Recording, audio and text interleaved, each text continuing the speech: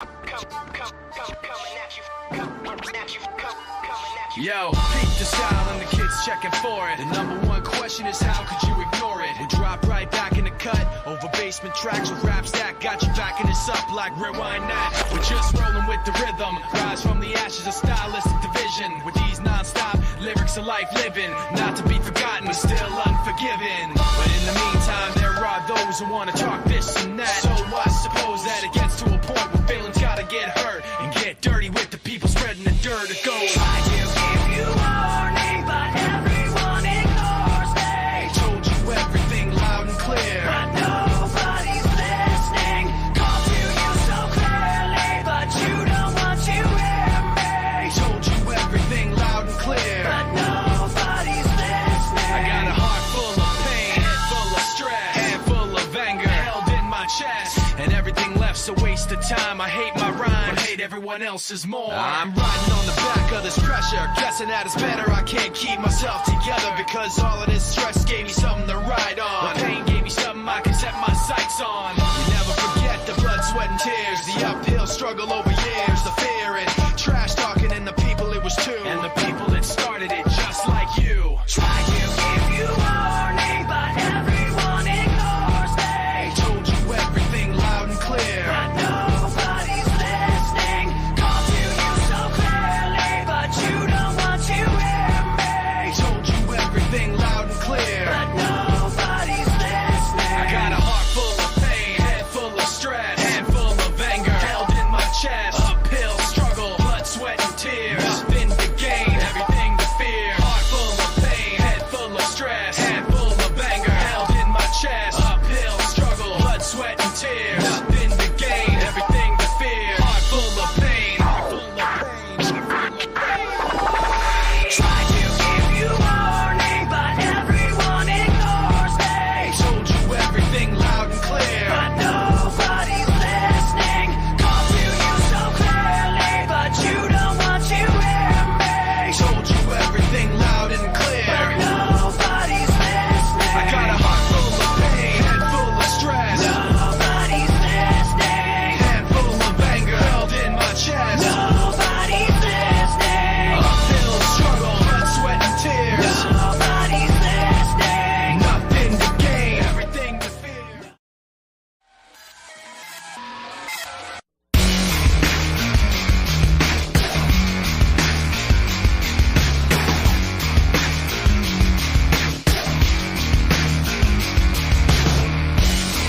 The mind's on the prize, not a thing to my name. With my head in the clouds and my body to waste. The one that never goes, the one that never goes back home, the one that never goes back to somebody new. The one that never goes, the one that never goes back home, the one that never goes back to somebody new.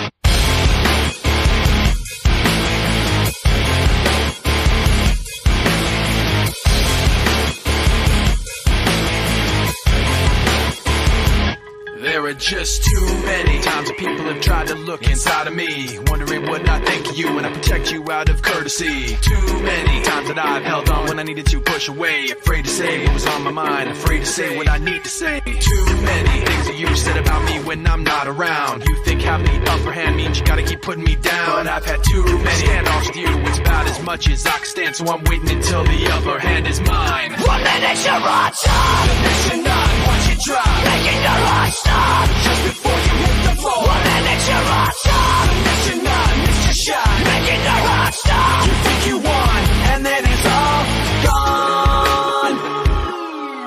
So many people like me put so much trust in all your lies, so concerned with what you think to just say what we feel inside. So many people like me walk on eggshells all day long. All I know is it, all I want is to feel like I'm not stepped on. There are so many things you say that make me feel you cross the line. What goes up will surely fall, and I'm counting down the time, cause I've had so many standoffs with you. It's about as much as I can stand, so I'm waiting until the upper hand is mine. 1 minute you're on top, the next you're not. Watch it drop, making your heart stop just before you hit the floor. 1 minute you're on top, the next you're not. Missed your shot, making your heart stop. you think you won, and then it's all gone.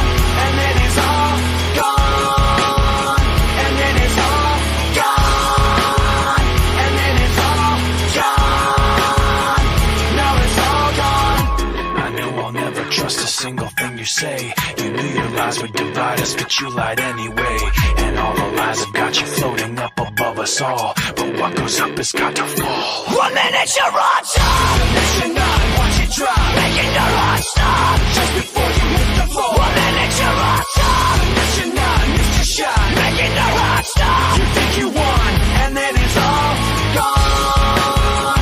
And then it's all gone. And then it's all gone. And then it's all gone. Now it's all gone.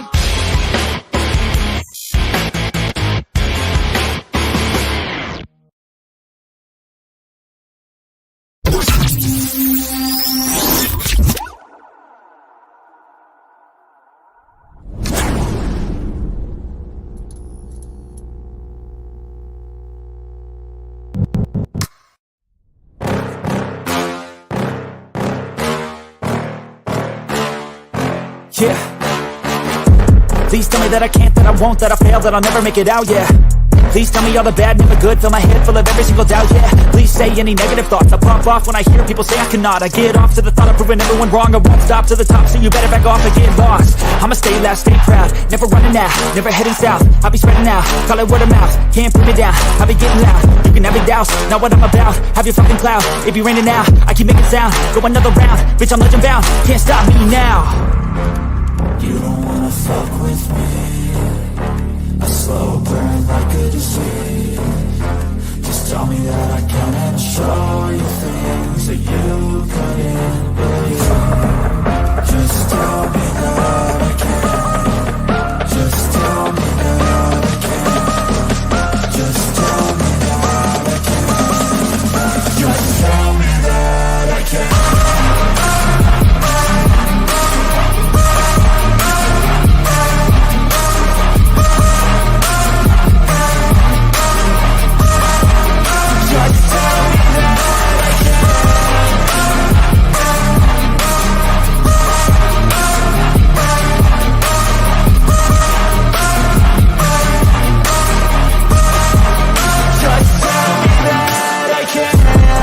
Anything negative, cause I just wanna hear it out your mouth, yeah.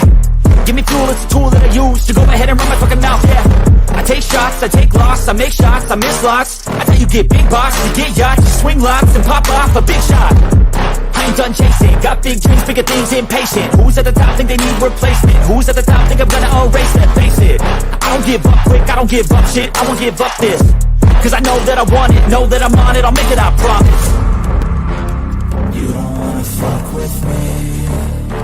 A slow burn like a disease. Just tell me that I can and show you things that you couldn't believe. Just tell me that I can. Just tell me that I can. Just tell me that I can. Just tell me that I can.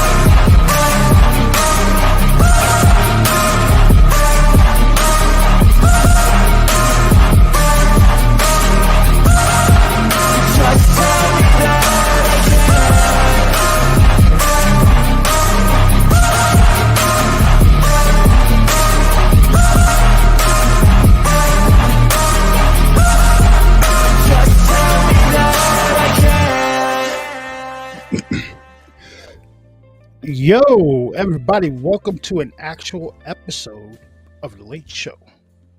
Welcome back, everybody. Yo. How are you today? How are you tonight, Bass? What's going on, dude? All right. Chilling like a villain. All right. So I just want to start off with something first. Doxy Lowrider, my condolences go out to you and your family. I am extremely sorry for your loss. Everybody keep sending your prayers out to Doxy Lowrider. All right. Her and her family need it right now. But that's always a hard situation. But what is going on tonight at Bass? You got to turn something down. I'm hearing something echoing in my ear, dude. Echoing. Oh, never mind. That was my phone. I heard chat playing in the background. Yo, what's going on, Will Cut? Hold on, we're gonna do the roll call. All right, so we got Bama, Bryce, Rogue, Doxy. What's going on, Doxy? I hope everything's. I'm so really sorry about that. Let's see what else we got up in there. It's Miss Arlene. How are you? Who else? Blues and G Music. What's good, dude? Bear, Gregory T, Lorna, Miss Judy. What's up, Lorna? I said Lorna, right? Who else we got up in this? That's Scorpion. What's good, dude? Miss LaCare, how are you, sweetie? Michael. See you up there. How you doing, LaCare? Was that Michael Torres? Miss Arlene. Yes. What's going on, dude? Who else we got up in there? Sorry if I'm missing everybody. I'm scrolling through the StreamYard chat over this. So what's going on, folks? We can talk about some movies. We want to talk about some paranormal stuff. We want to talk about some recent castings that have riled a few feathers. Matter of fact, I want to start with that. Wait. Okay. Hold on. Are we gonna discuss what you came across earlier or no? No. Hold I'm on. still Okay. I'm still looking in. I'm still gonna look into that. Like that's not it. Yeah, it's really weird. But we gonna jump into some potential movie castings that have been announced. And the first one I want to start off with. Bryce knows what I'm talking about. Listen. Yep. I'm sorry, guys. I went back and listened to the last show. I wasn't talking into the mic, so I was way far away. I'm gonna try harder to talk into the mic. Dude, you got the extension boom. Just, dude, boom. All right. Nah, because the way look. Can you hear me? Yeah, barely. Exactly. So we're gonna get on the mic. All right. Way better. All right. So for anybody who hasn't heard, on Facebook or blah, blah, blah, blah, blah, Carl Urban is in final talks to play Johnny Cage in Mortal Kombat 2. Now, hear me out. Do not get me wrong on this. I love Carl Urban. Fucking awesome. But no, Johnny Cage, no. That's not the role for him. You see what I posted on Facebook, man? As soon as I seen that, I posted no, absolutely no. This role is made for the Miz. But with that whole, you seen that whole that whole lawsuit going on? They might not want to touch Miz with a 50-foot pole, dude. Shit, they don't want right now. They don't want to touch because Jordan was included in it also. All them people. Now Michael Jordan is included on that. Yep. So, like I said, don't get me wrong, dude. Carl Urban has done more for the fans of sci-fi geekdom than I think any other actor, aside from like maybe Lance Hendrickson. Like you might be talking blasphemy, but I have no points to argue with you on that one. How am I talking blasphemy? What are you talking about? Point that out to me, please. All right. Now repeat what you just said. Oh, great. He has done more for sci-fi geeks than anyone else. That's what you just said. I don't know about that one. Dude, Who? Who has played more beloved sci-fi characters? Judge Dredd. Listen, he's been in Judge Dredd. He's been in Riddick. What else? Why am I having a brain fart right now? He's been in a shit ton of movies. The Boys. Like, you know what I mean? John Morrison before Carl Urban.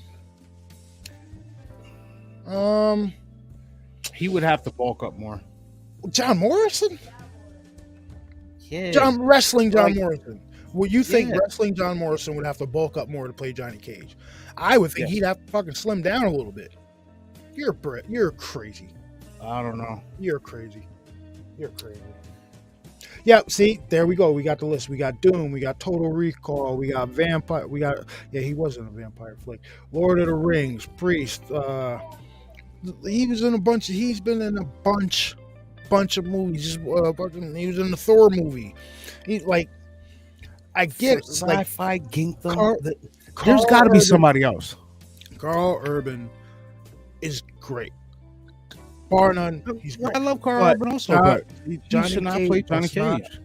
That's not the role. Don't get me wrong.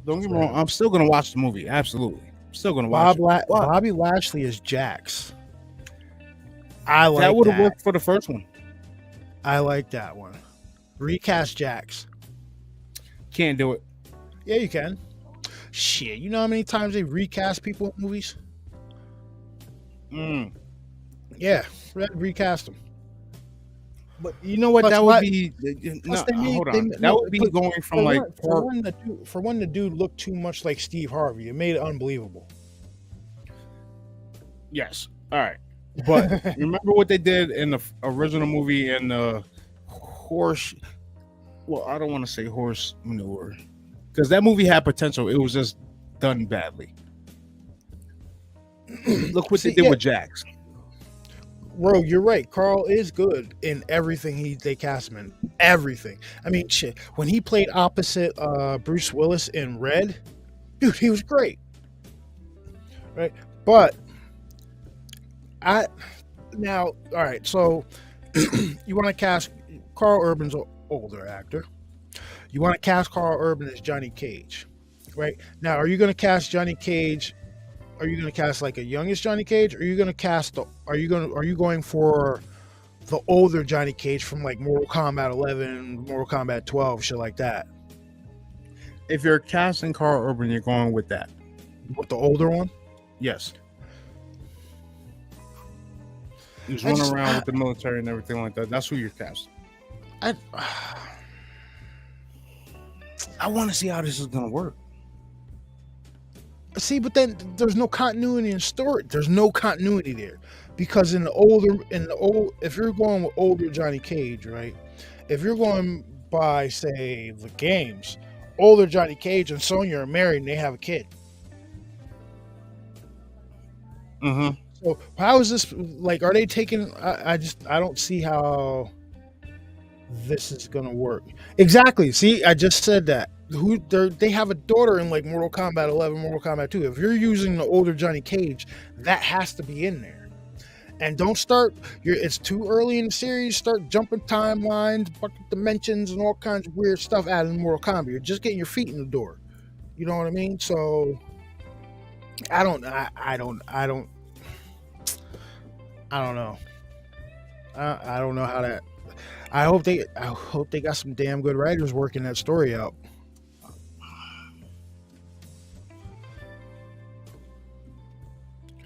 I'm gonna be so upset if this movie's a flop.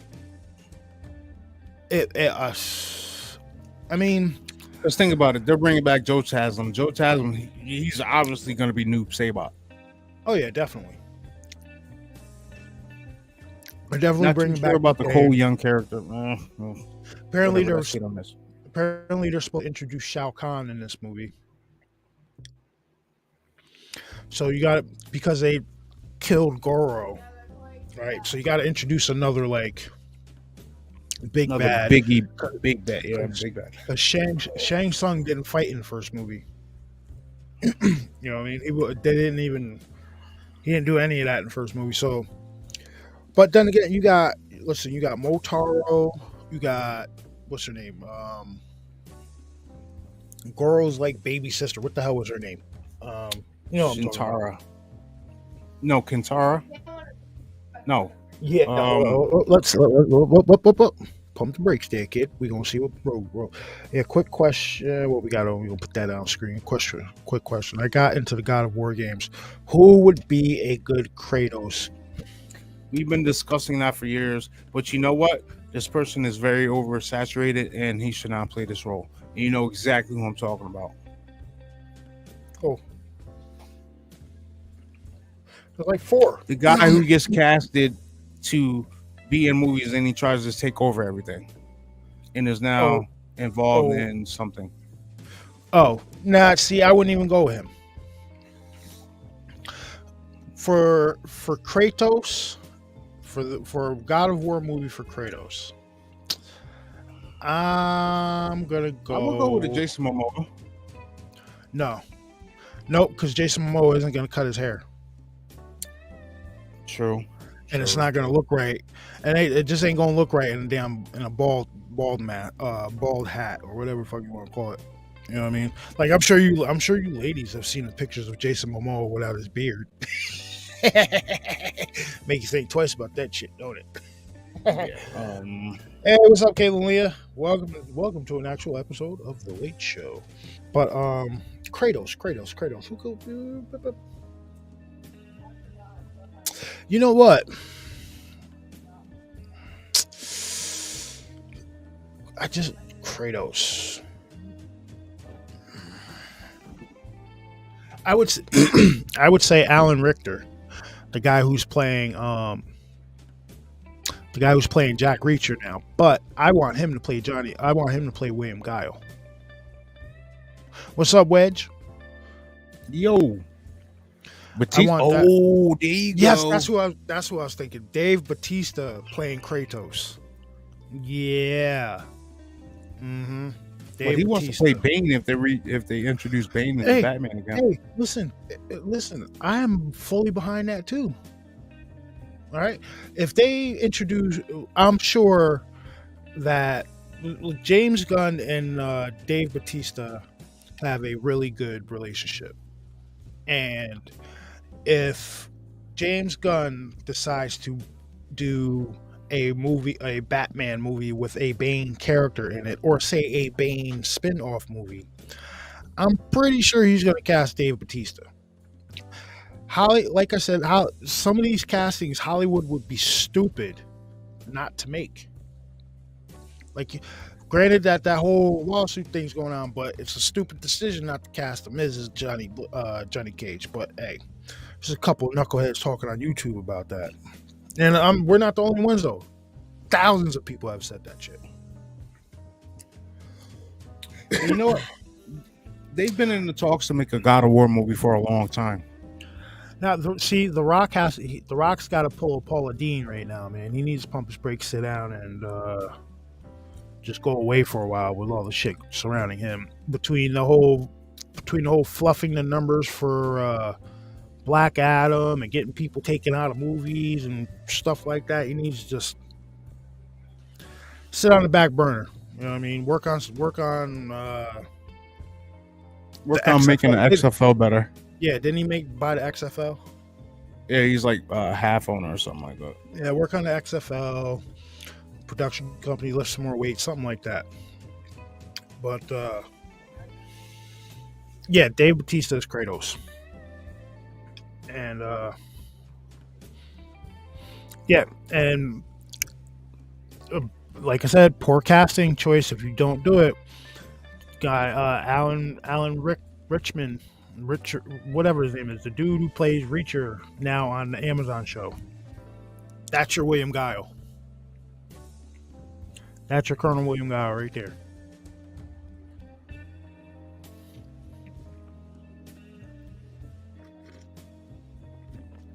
I can agree with you on that one. Mm-hmm. Now, on to another movie. Yes, Bass can't seem to find it. I can't seem to find it. But this movie we really want to watch, Nefarious. Have you guys seen the trailer for that with the guy who's possessed and he's he's in lockup and he talks to like a psychiatrist and shit. So I watched I guess it was like a TikTok or Instagram video where they were talking about how this movie's being like, It's being blackballed. yeah, it's being blackballed in like Hollywood, like. But the review, everybody who's watched it has said Alan Richardson, thank you, Rope. Everybody who's watched this movie Nefarious says it's really, really, really good. And the critics said, I think like 15 critics watching it. He was like, nah, this shit sucks. Yo, what's up, Vault Keeper? That's like Cisco and Ebert, man.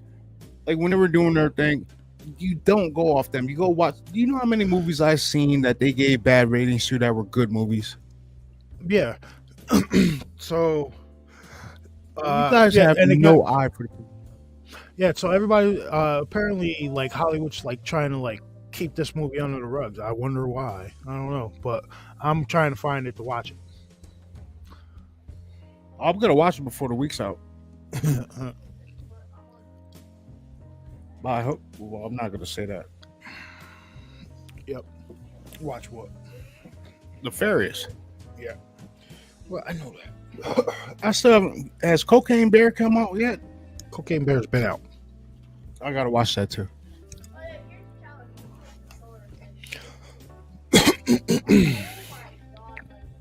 Shit, I'm off. Wait, no, I'm going fishing all day Tuesday. No, that's not gonna work. I got a lot of movies to catch up on, man. It's on Peacock. What is? Nefarious. Get out of here. Oh, it is. I think I subscribed to Peacock. I'm gonna have to check. I'm this on shit Peacock. out. I think that's one of those.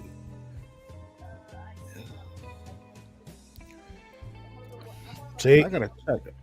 Alan Rick as Guile. Yep. And I'll tell you what. I know. Who has anybody seen John Wick 4?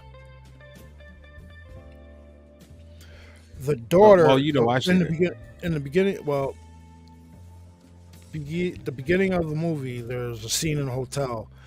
The daughter that's in that scene, that's Chung. I'd cast her as Chun-Li. Yep, the daughter from in the beginning of the movie, the daughter of the manager of the what the fuck? The casino / hotel. What hotel was it? Was it the Japan one? Was it Tokyo? So yeah, whatever hotel, whatever continental hotel they were at in the beginning of the movie, the one with the fucking like great coloring in the beginning of that movie. The girl played the daughter. That's Chun-Li. Telling that's my Chun-Li. So we All still right, gotta now work you gotta out. include the main character. You gotta work out your Ryu. You gotta work out your Ken. Yeah, we still gotta work out Ryu and Ken. I don't If know you're gonna about bring in Blanca, and you definitely have to get Bison. Now, Bison is a critical role. Yep, but see, I'm putting those pieces together. I haven't found anybody to play that role yet. Maybe the bad guy. All right. Who saw No Country for Old Men? Yes, I know who you're talking about. The guy walking around with the yes. The bad guy with the sawed off shotgun. Yes, no, him and dude, Bison. Yes, I'm casting somebody bigger he could because of no.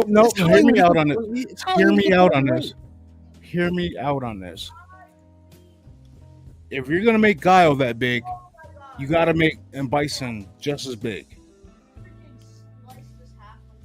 So who? You can't have Guile over like looking down at Bison. Those two were eye to eye.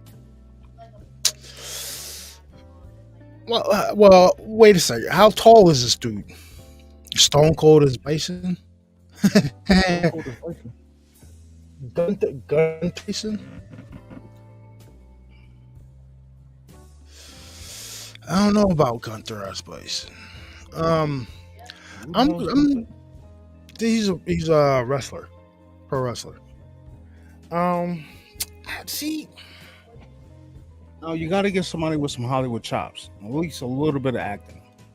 But I'm telling you right now, you got to cast somebody just as big as the character you're gonna have, the guy playing Guile. Because if you go back into the video game, Guile and Bison were basically the same damn size, dude. who else in Hollywood is as big as Alan Alan Richardson? Because he's massive. Make him bigger. Make him bigger. I already told you who should play Zangief. All right, see, I agreed on that one, and I told you who should play Sagat. And who was that? The dad, the dad from Kick-Ass. He was in Kick-Ass. Red Mist's dad. You know what I'm talking about. I know who you're talking about. I know exactly who you're talking about. Yep. He was also in I can't think of his name, but he was also in The Kingsman. yeah.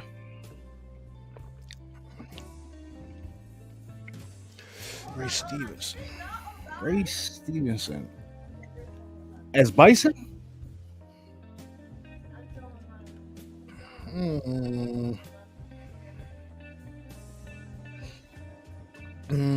Oh, Think about that one. I know it's crossing boundaries and all, but hell, man, Joe Taslim is fucking Ryu. No, you can't do that. I know you can. I know, but he'd be perfect for Ryu.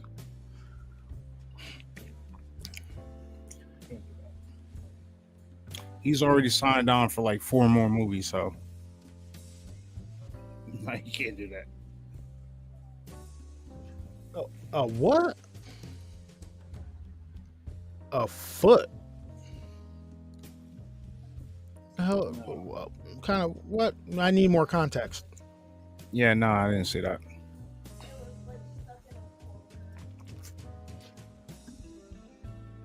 It's like a bare foot. Oh man, dude, did you see the trailer that I posted for? I think it was Gran Turismo, the live action Gran Turismo movie that's coming out. Yeah, with David Harbour, right? Oh man, Yep. that looks crazy.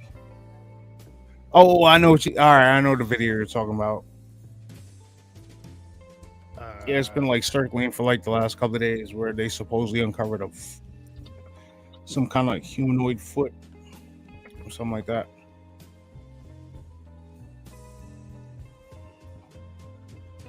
Yo, what's going on, Vault?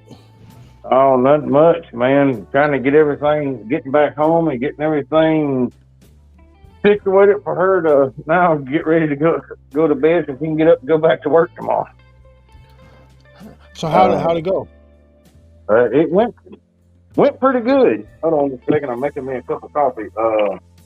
We only run into a couple of problems. One that I'm going to definitely call and I'm going to find out about tomorrow because we went to go to the it's called Dam 3.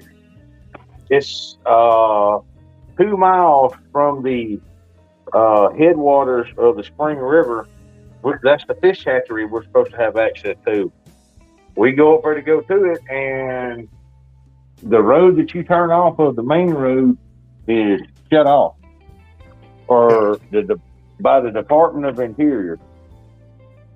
And that's one of the ones that we had bought permit for. So either they're going to have to do something about a permit, or because I called them while I was sitting there and left a message. So we're going to see what they're going to do.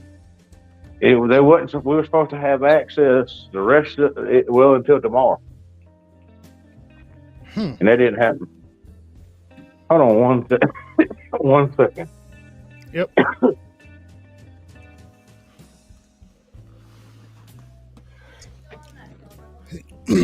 Jason Statham as Kano would have been awesome, but I'm pretty sure they're gonna bring back the same actor for Kano, which he's the one that made that movie. Wait, they're bringing back Kano? Dude, yes. Why would you have to bring back Kano? Because Kano's whole character has to come back bald headed with the metal plate in his eye. What are we talking about? True. The Mortal Kombat movie. What are we talking about? The Mortal Kombat movie, the sequel. Okay. Oh, yo, did you get it? I didn't get a chance to yet. Did you watch that Terror in the High Desert 2 yet? Yeah, I didn't care for it. No? They screwed it. They screwed it up. They should have stuck to what they were doing and went back and looked into the first one more. The second one made no sense. At least it didn't to me. Apparently, it's supposed to be like a 3-part series. Well, it has. The second one has nothing to do with the first one, and it looks more made up comical than the first one. You can tell most definitely the second one is all made up stuff. So you think what they did is they struck gold with the first one and started making shit up for the second one. Yes, sir. If they would have stayed, the second one would have followed suit with the first one. I believe they would have went a lot further because they kind of left it hanging as a clip now. Not unless they go back to the third one and do it, but they don't. They didn't do it. Like I said, you just have to watch it. You'll be like, "What the hell does this?" If I wouldn't told you that it was a sequel, you would have thought you would have never known it, because it does not talk nothing about anything from the first one, and it goes in some crazy. You just have to watch it. Guess what I found? We're fixing to have some fun at the farm with. What's up? The old style wooden train whistle that I haven't seen since I was a kid.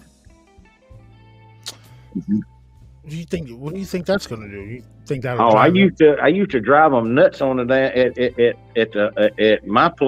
Booger Valley with that thing. They will howl to that thing. Oh, dude, this thing ain't gets loud. Hold on, watch. Hey, good luck with that. You fucking. And if there's any turkeys around, coyotes, and see, this is the thing, you can actually cut one of the whistles off and.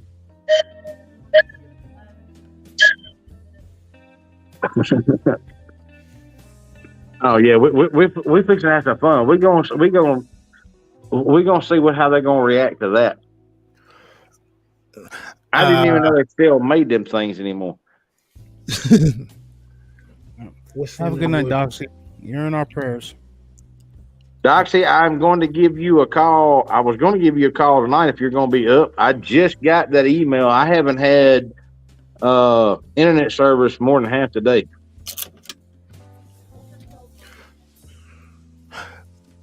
Yep. If you're going to be up, Miss Doxy, let me know, and I will give you a call after I get off here. Yep.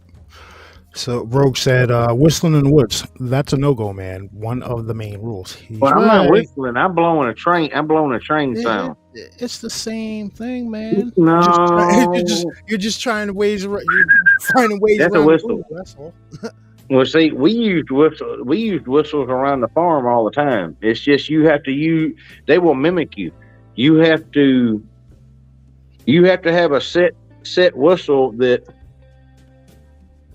I totally if you're gonna be around tomorrow, I'll call you tomorrow. You have to have a set, like when I whistle, there's a whistle that I can whistle. I don't care if I'm in a store or where I am. Between a cat, cobra, everybody in my family knows that's me and to come here. See I'm just soft spoken. So when I up my octave a little bit, they know to come here. Oh, see, I don't want everybody else to know what's going on. That's just some of that training in me. Like I said, I can whistle. People may turn around and look while you're whistling, but they don't have any idea what's coming. Everybody that's with me that knows me is coming. Yeah, hey, Bass. The other day, I got some pictures I got to send you as soon as I get them pulled off. The fish, it was little fish biting mostly, but I did catch about 1.5 pound smallmouth bass out there. Dude, a pound and a half smallmouth bass, that'll fight like a 3-pound largemouth. Oh, especially in that river. Dude, there was some chunker. There was walleye and there was probably some. The walleye were huge, but there was some. You could see it. The water is so clear you can see the fish. There was probably, I don't know, probably 4-pound rainbow trout. But they're spawning right now, and they wouldn't hit for shit. You look, see, Cat, I caught a 14-pound one.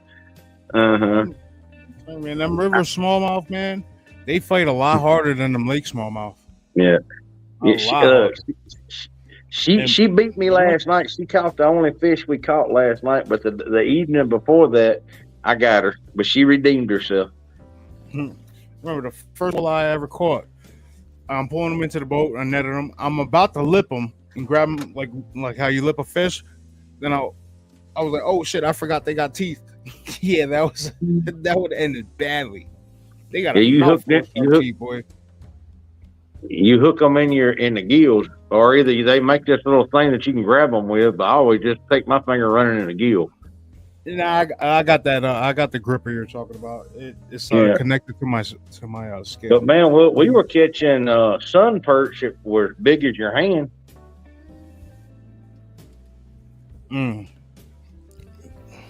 But you have any crappie out there? Oh yeah, I caught one crappie. It was about 3 fingers. It wasn't a real big crappie.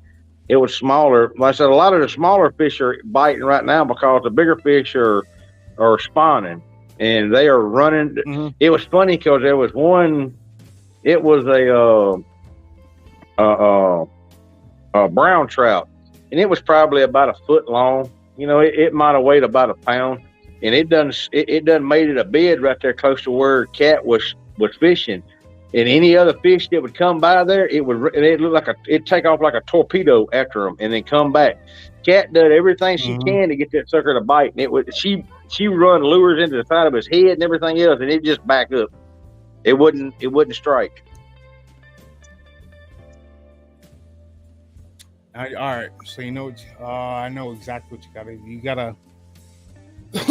You gotta throw something like a crawdad type deal. You gotta throw it behind the bed. We tried everything you can think of. Right now, they're just not. When they first start spawning, they're thinking about whoopee instead of eating, and they're pairing up, and they said the spawning is just starting. The thing is, we caught a lot of small fish, but they were fun. Look, it was fun just seeing Cat reeling them in. It was fun. Like I said, that was fun. And in the firelight, that was fun. You guys out there using bait casters or spinners? We were using open face reels. Okay, spinners. Okay. Yeah. It's the easiest 6-pound line is about as much as you want to do up there because, and then we used that, it's like, I have to show it to you. Dude, right now, I don't know if all Walmarts, but Walmarts are doing a hell of a damn deal on their ugly sticks with reels. Oh, yeah. Like, I got 3 of them. Well, we bought 2 and it was less than $30. See, Cat. Listen, Cat. Yeah, she did. She used beef jerky. Whoa. Listen. Beef jerky. Whoa. If I ever hear about you wasting beef jerky again, baby, I have an issue, girl. Beef jerky is too expensive to be using it to catch some fish. All right, don't. She done tried. We done tried every trick. You know what we caught the most of them off of? A 25-cent can of corn. Really? Oh, dude, they were tearing the corn up. Sweet corn? Yeah, just regular, can of corn. I guess it was sweet. It's all good. I'll let you slide on the first time. Where I'm, no more wasting the corn to catch carp. Well, they were tearing corn up. I'm talking about just as soon as it would hit the water with no lid, just nothing but a hook and a piece of corn, and it would kind of sink down, just start sinking down, and dude, they would snag it.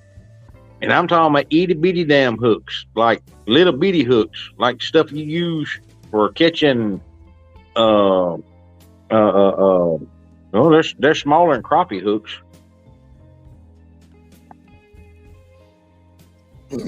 How do you bait a hook with corn? You just take in at the bottom of the corn, you take and stick the hook through and run it through, push it all the way through and pull it back and throw it out there.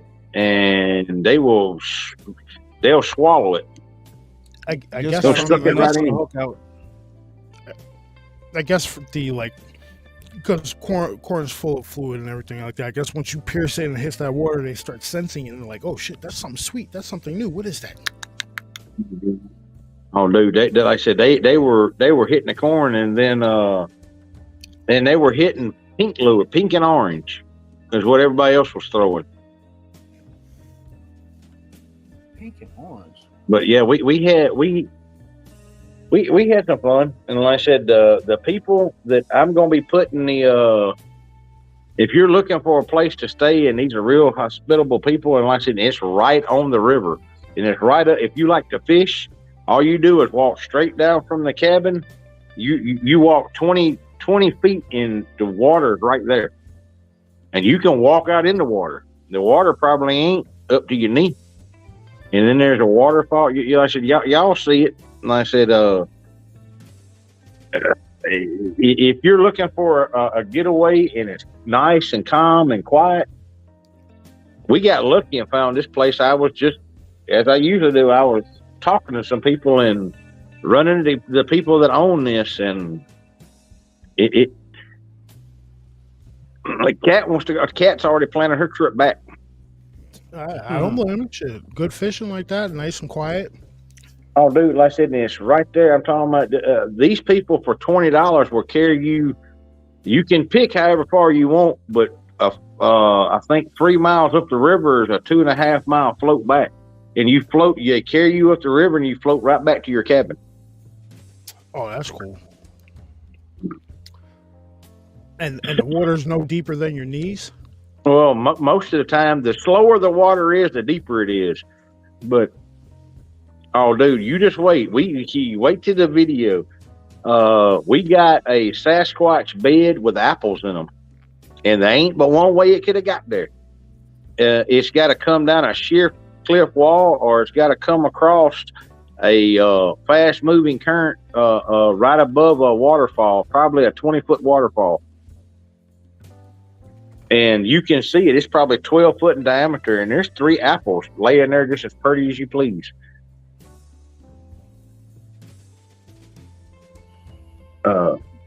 Now this is probably where we filmed this at. Is probably, what do you say, Cat? 1.5 miles, 2 miles straight line to that cabin we got run out of. So you guys fuck around in his living room. Well, yeah, but I carried something this time he could fuck around and find out. Look, I carried a 45 with rest in peace. Literally, that's what the ammo's called, RIP ammo. Or we call them grenades, 45s. And then I had the 300 blackout, and I had the beast with me. Like I said, fuck around and find out. Then I ain't got no 9mm this time, motherfucker. The beast was rocking 20 rounds of 3 inch 1 ounce Sabo slugs. I had 20 rounds in one mag. So like I said, fuck around and find out. Yo, I what's got a up, question you about those Sabo slugs. Mm-hmm. I have a box of them. Can I shoot them through my shotgun as is, or do I have to change the barrel out? You ain't got to change the barrel. They say they're not as accurate, but at 40 yards, you're going to hit within 8 inches of where you're aiming. The rifled slugs are actually what's designed to shoot out of that slick bore shotgun. But see, these Sabo, if you get the Sabo, the trick to this is to get the ones that are designed for home defense, because the Sabo has got the rifling on it. Plus, in the front of that are 3 number 2 plated they're lead, but they've got copper plating on the shot on buckshot. So you're firing three 9mm bullets plus a 1 ounce rifle slug at the same time. Winchester makes some of the best ones I know. That's what was in that. That's what the Beast is loaded with right now. Like I said, there was 20 rounds of that, and I can empty all 20 rounds in less than 30 seconds. So, like I said, I told y'all I wasn't going back empty-handed. Fuck around and find out, Mr. Squatchy Squatch. You won the first time. I guarantee you it won't be a third time. So, hey, I got a question. So, Night, baby. I'll be in a minute. Has there been night cat? Have a good one. You guys find any more weird activity on the farm? I haven't been back to the farm. Jeremy tried to scare us to fucking death the other night because of the dogs. I don't know what's been going on really at the farm besides him the dog scaring the shit out of him and him running over the car. I told y'all, get in his way if you want to. When he gets scared, you're gonna have tennis shoe marks on you. He literally run over the car, wound up on the hood of the car, hit his knee, his head, and everything else. And he sounds like he's fixing to be murdered when he's screaming. Have y'all not heard that? No, I didn't hear that yet. Hold on. I don't know if I can play it on here. Hold on. Volk, can you see the video in the show? Don't embarrass. Hold on. Don't embarrass your cousin. Hold on. Can I send you the video? How we are right now? Can you see the video of me like right now? Oh yeah, I like that.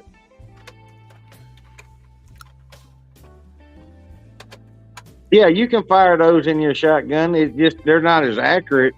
I'm gonna say about 40 yards. You can hit a man with them. If you go to look up Winchester self-defense shotgun rounds, you'll see exactly what I'm talking about. They're 2 3/4 inch shell or 3 inch. They have a round that looks like that in it and a plastic sleeve. And then in front of that are 3 double-aught plated buckshot. So you're firing 4 rounds at one time. Yep, and then I got a couple boxes of these bad boys. All right. Yeah, those are all right. Caitlin, Leah, if you're having Wilka, did you send it to me on Facebook, dude, or normal? Yeah, send it to him. We'll cut it. You probably have to email it to him. I'll tell you what. Let me see if I can get it to you.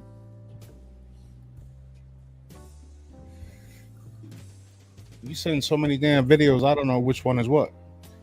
Well, hold on. Forward. Where the hell you at?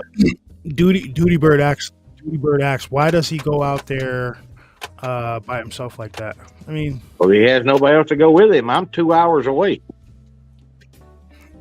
Yeah, I mean, I just texted it to you. I mean, I guess he's pretty secure in his running ability to outrun anything. No, you ain't outrunning one. I done told him that. He doesn't have nobody else to go out with him. That's the end of the small and short of it. And he's built his TikTok channel out of going out to the farm. If he doesn't go out to the farm, he just does a live video in his backyard. He doesn't get hardly any. As soon as they see he's not out to farm, they go away. He can go out to. He may get 300 views. He goes out to 300 people in there. He goes out to the farm and goes live. He'll have 4,000 or 5,000 people in there. I've done told him he needed to swap over to YouTube multiple times. Tell them all to come over to YouTube if they want to see him go out to the farm, because I told him, I said, TikTok is screwed him over on paying him. If he got those kind of views on YouTube, it would be worth it to him for going out there. Yeah, it would. Or you could sign up for Rumble. I see. On Rumble also. Yeah, but I don't know how Rumble pays. I said that's the thing. I don't know how Rumble pays. I don't know how the monetization or none of that works. And this is the other thing. Y'all know who owns YouTube. So all these other places, they're going to let them get a slight little foothold and then watch what they do. Microsoft is not going to lose money. Y'all just remember that. They're too damn big. And they own, like StreamYard. You won't see... Yeah, have you tried using StreamYard on Rumble? No, not yet. Well, see, Microsoft owns StreamYard now. Microsoft owns YouTube. And what they're going to do is... So you can't use StreamYard on TikTok.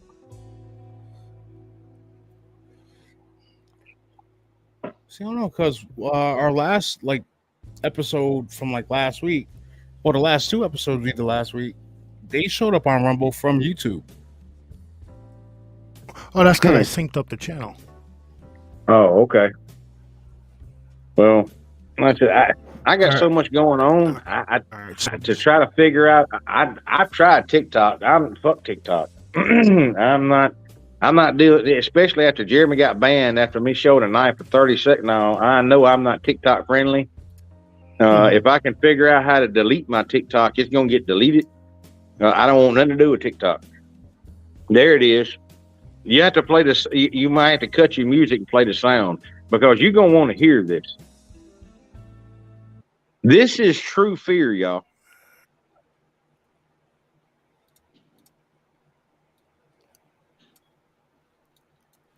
Next video I'm about to show y'all is from last night when I took off running, I took off screaming, I took off hollering like a little girl. Something brushed up against my leg. That ain't cool. Something brushed up against your leg in the dark. No, that ain't cool. I'm looking up at the moon. I'm staring, trying to figure out, calling out, thanking everybody for the gifts, thanking you for the likes, thanking you for everything. And all of a sudden, something bumped up against my leg. I said, whoa, and I turn and run, and this sapsucker run up behind me and bump my leg again. Nope. I land, try to anyway. My kneecap hits the car, then my face hits the car hood. I jump up, and I scramble and get on top of the car, and I turn my flashlights on and point them, and it's the dogs. They running off. I done scared the dogs holler. They scared me, and I scared them. We both running. That's what happened last night. Now I'm gonna show y'all the video, and y'all can laugh your butts off. Thank you for watching. Now listen. Hey, Tat, you doing all right, my friend? We're gonna come back tomorrow night. Oh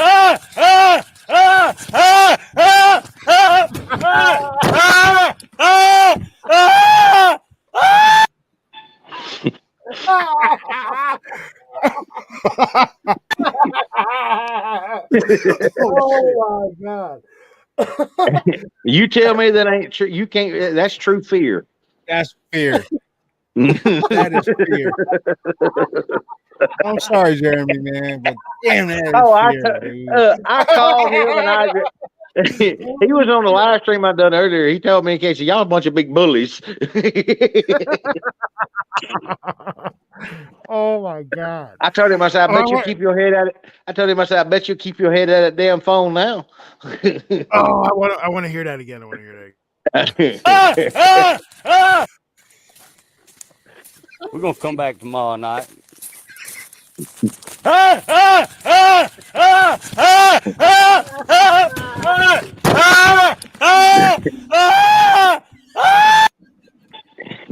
That's it. Damn. Hey, that scared him bad enough. He told me and Mr. Danny, he said, I almost blacked out. That's how bad it scared him. That's because he was short of breath from yelling so damn loud and hard.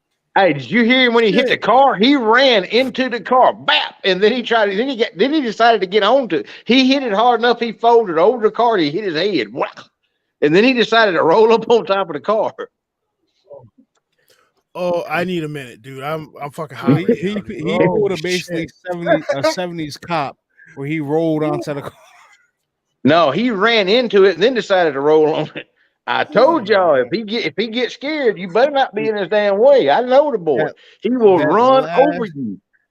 That last loud scream where it got really high pitched. That was pure fear. Oh my Oh hell god. yeah. Jeremy, I'm sorry, dude. That shit is funny. Oh bro. shit. Oh no, he put it out for people to laugh. Whoa. Ah, ah, ah. Damn, dude. Get your face out of that phone, man. Shit. I done told him you need to pay attention. He's always on there on TikTok. People are sending him hearts, and he tried to say, "Man, I don't give a shit about that." I'm trying to figure out. I'm watching what's going on. If I'm starting to watch, I hand the phone to Cat, and I'm telling you right now, I'm not watching. First off, Bama can tell you on my phone the way I got it sit, the damn chat's about the size of a postage stamp. I don't have time to watch. That's why I tell you, y'all can talk amongst yourselves. I'm watching what's going on out here. And he's walking around. He's looking at through everything through that phone. I told him, I said, "That's not you. You gonna mess up." Yeah. Plus, he got those notifications banging off and stuff like that. Yeah. No, damn that shit. Like I watched a lot of his shows where he's laughing so hard he's sweating. Oh my god. Dude, me and Kat, look, I thought Kat was gonna pee on herself when she first heard it. Oh man. It just makes it funnier knowing the context that it was just some fucking dogs rubbing up. Look, them damn dogs, he said it looked like you threw hot water on them dogs. Them some bitches were gone. I said, hell yeah, they were just up there saying, hey, now the dogs are big and scary looking, but they're just as friendly as they can be. They just run up there, because they're used to Jeremy out there, and they run up there and kind of run into Jeremy because it's dark. Well, when they hit Jeremy's leg, shit. Think about it. It's dark. Think about it. It's dark out there. You're looking at your phone, so your peripheral is messed up just from the light off your phone. Something comes up and brushes you on the leg. Yeah. Well, when Jeremy took off hollering, he said he scared the dog. So the dog took off in the same direction and run into the back of his leg again, and that's really what made him speed up. Oh, is that high pitched yell? Is that when the dogs touch him again?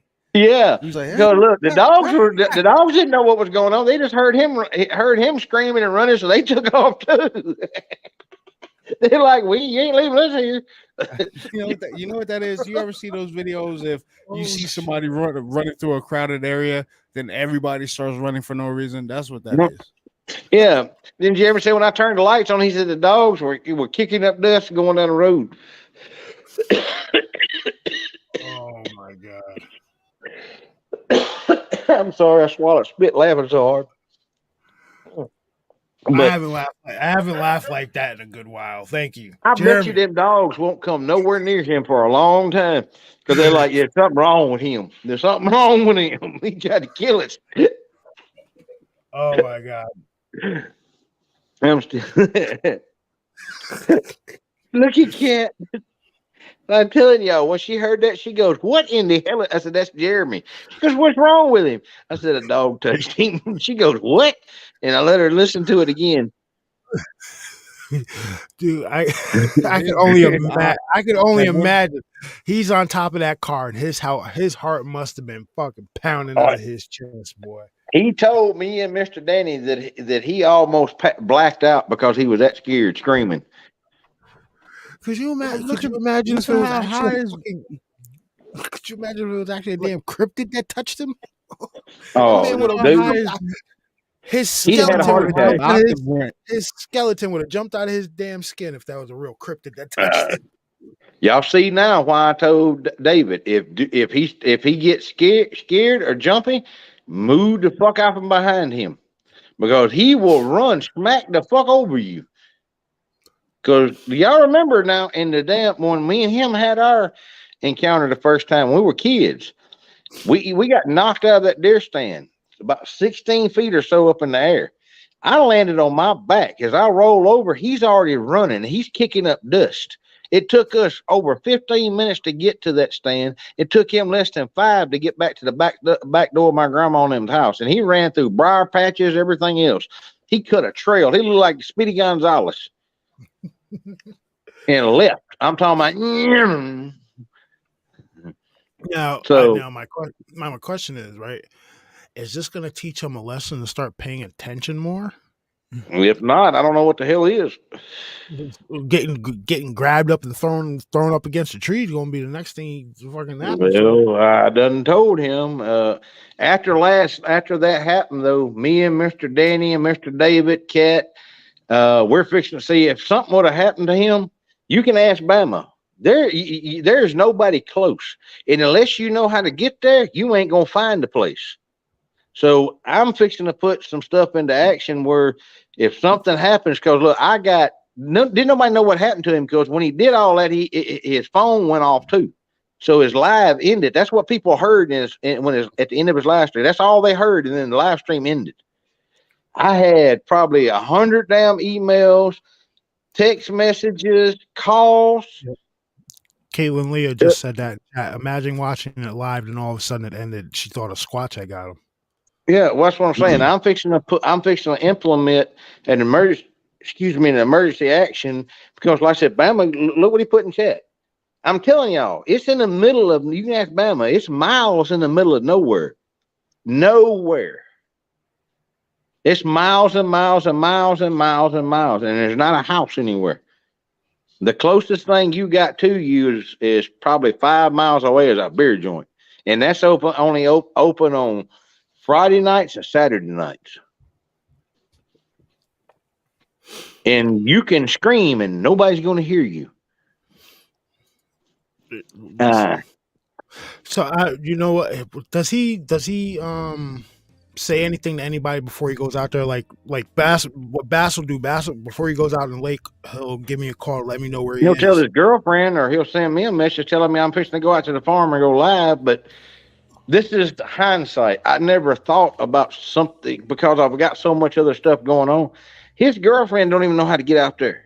I'm telling you, this ain't one of them places you just look up and go to. You got to know where the hell you're going, or you won't find it. It's, like I said, it's in the middle of nowhere.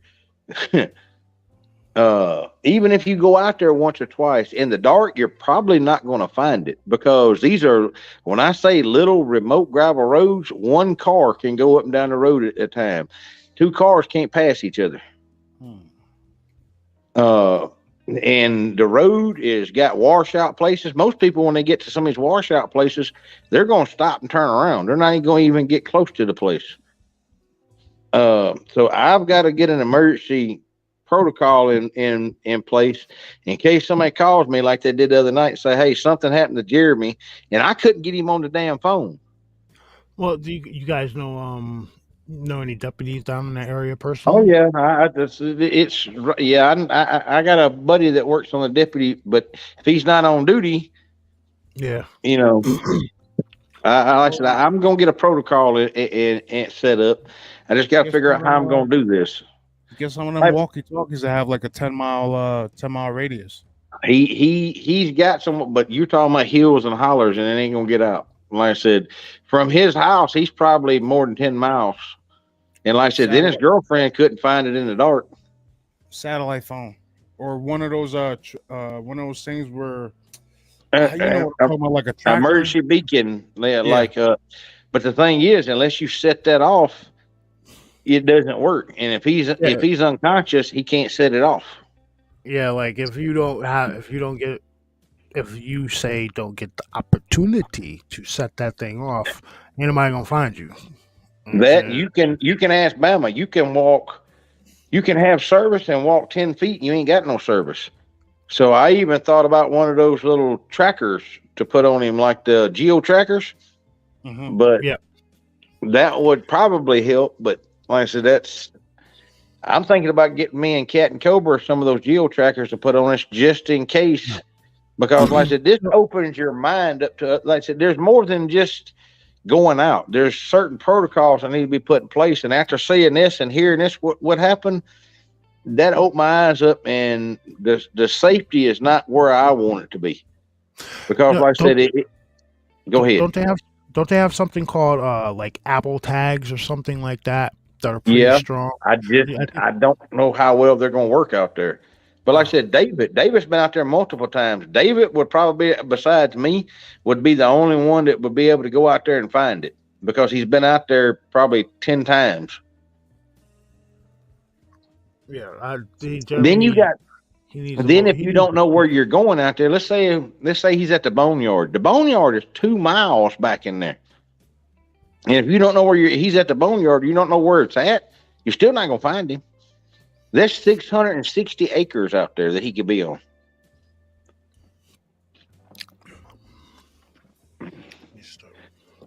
So, like I said, we gotta. I was going to try to get down in tomorrow, but it won't look like I'll get down in tomorrow. It's probably going to be Tuesday. Because I got to send Truth something. I want Truth, if you don't mind. You still there? Yeah, I'm here. I got something I want you to put up. This is something that Kat had done for the old man out there. All right. This is something else the fella that's doing the shirts that can do.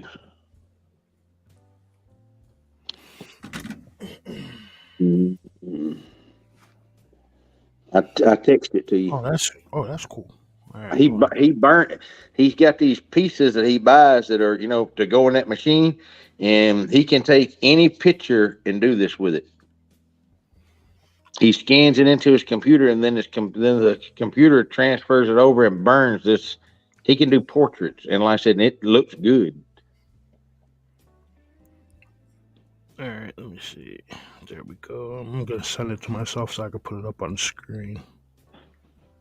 And what I'm gonna do is I'm gonna take this and I'm gonna put 3 layers of shellac on it, and I'm gonna carry it out there and hang it up.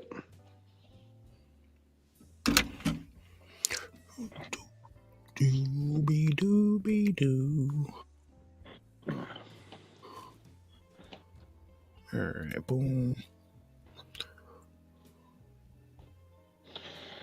But I got a lot of work to do this next week on putting all this damn video together because I got 4 hours worth of video from the Bigfoot Odyssey cam.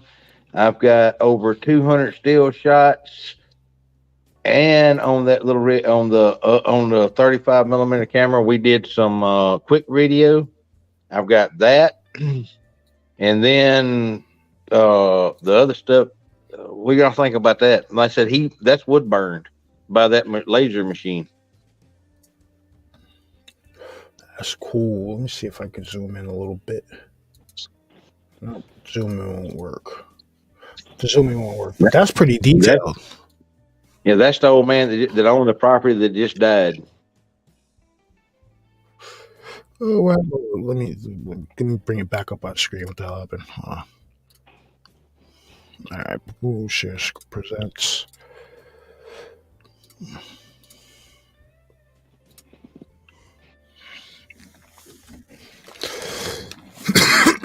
No, that's cool. I said we're gonna carry that up there. I'm gonna carry that up there, and I'm gonna put 3. I figure 3 coats of shellac will permanently seal that, and I'm gonna carry that out there and put that up as in memory of him. Because if it wasn't for him, we wouldn't have this place.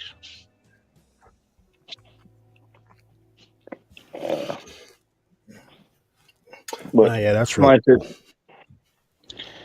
But like I said, I've got all together with the photo. I know there's over 200 photos that we took. And then I've got some footage that I got to go through. I don't even know if I'm gonna be able to use it because one of the major trailheads that we went on, the schools are getting out, and they had a youth group. They had 2 buses of between 10-year-old and 15-year-old kids that was up through there, and it sounded like, man, I'm not gonna put anything up with somebody's kid in it, but it's just, I don't know if I can get some of the sound out of it or that to use or what. But we're halfway up this trail, and you can hear kids just going crazy, and then all of a sudden they go past us, and I swear to God, it looked like they were passing out free gummy bears or some shit. Them son guns were going nuts. So, and like I said, I don't know if that anything can be salvaged out of that one or not. But that's how it goes when you're on public places doing things. But like I said, I now like I told Kat when we left, I said, well, the fun's over with. Now the work begins. I sitting there reviewing it. You got to be eagle-eyed. You got to, yeah. The next thing I'm going to get, because I done figured out by watching, they said I could use some of it if I wanted to. When we went all the way up into Missouri to the head of that river. I'm talking to the very head where the lake is that the river pours out of and comes down. And they had took a drone and they had footage in there, showing the different areas stuff. A drone is my next step, because that drone can get footage that you can't get anywhere any other way, and it looks so freaking nice. I was jealous of seeing that footage. I'm like, that's some stuff that I want. They said I could use some of it, but I would rather use my own, because can't nobody come back, well, you took that from here, or that's copyrighted. Yeah. So, but yeah, I found a nice drone that basically does everything except you just tell it what you want it to do and it goes and does it. They're like $450, and they come with 3 batteries. Each battery, I think, has a 30-minute flight time and to return. And like I said, you have 3 batteries, so that's 30 an hour. Hour and a That's half. like an hour and a half. A lot of people, we were talking about that earlier, like get one with thermal. I don't need one with thermal. We're going to be doing good to fly this so much in the daytime, much less at fucking night. Yeah, you want to get one that has It's the one I looked at has a 4K camera built into it. Now, I'm not worried about the 4K. Like, you could get ones with nice cameras. You got to have the comeback feature. Like, let's say you're flying it out, you're doing your maneuvers. As soon as the battery starts to die down, it automatically brings itself back to its initial. Yeah, that's what this one does. It has a flight time. Like if it takes 15 minutes to get there and the battery is on, it automatically turns around and comes back. Hey, Duty Bird, well, shoot me an email, man. Come on the show. Let's talk about it.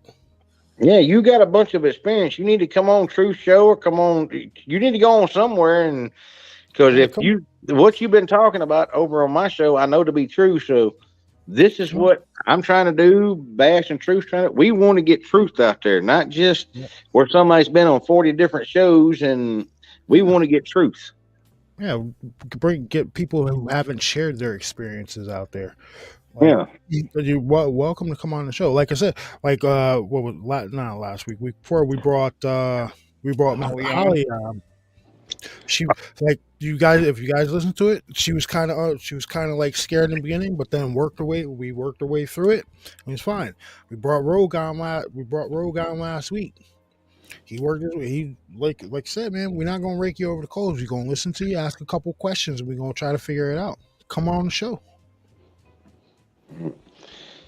Now, somebody just put in they want a drone with night vision. That's fine and well and good, but if you actually use a drone, the way I want to use it is the way we used them over in Afghanistan and stuff. And after I got to see what I saw, it works. It will work. Let's say we got a property that we've never been on. You can send that drone up, have it go out and do a panoramic, and come back and review your footage and get areas of interest. And that's one way to use it. If you got open air fields or whatever, you can send the drone out ahead of you and then come into the field. And if anything's going to move, it'll pick it up. Oh yeah, dude. My one of my friends I was very cool with in elementary school. He's into the whole drone flying thing. Dude, he catches some great stuff on his drone now. I wish Truth didn't lose my drone. I have your drone. All right, it's in my closet somewhere. I have it somewhere. Yeah. $400 drone. It's a what? $400 drone. Well, I was told, like I said, I've been doing some looking, and everybody that I've talked to and that knows about drones say if you don't spend at least $400 to $450, you're buying a toy. You're not going to be happy with it. Yeah. And that's going to be a year to 2 years old, but they're still good drones. Oh yeah, The one that Truth has in mind has automatic return, GPS follow me, like all that stuff. That's exactly what I'm looking at. Like when we went to the falls today up there. See, I could have sent that drone out over and went. There's areas that you can't get to. Like there's one that we're out over. We went down a goat path. That's not actually a path. I was told about it by a ranger.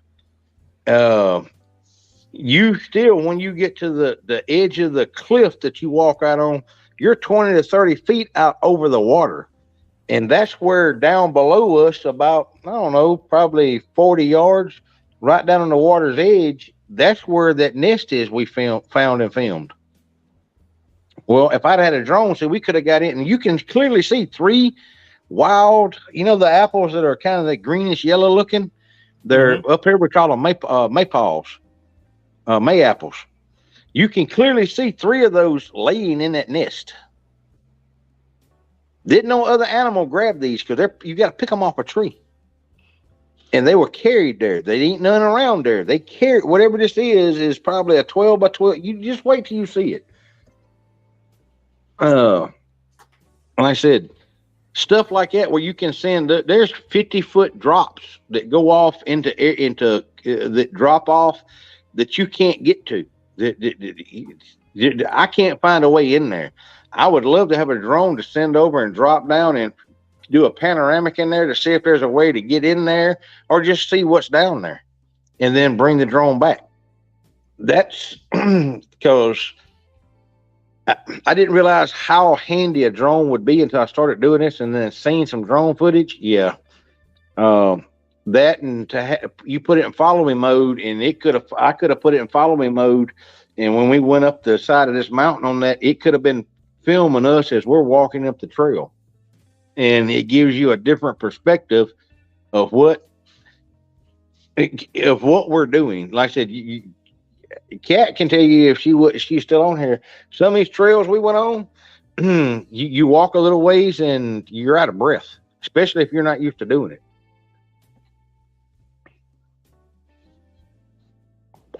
I think y'all are going to be happy. I hope y'all are with. I'm going to try to keep it from 45 minutes to an hour. The very first one is what I'm going to try to keep it down to. For the length of the video, it's probably going to wind up being an hour with the intro, the credits, and all that. Plus the other footage. And like I said, then I've got to take other footage and make a damn trailer.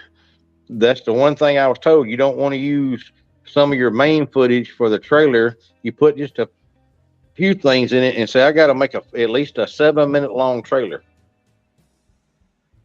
So, and it has to be 7 minutes of the actual footage, not credits and stuff like that.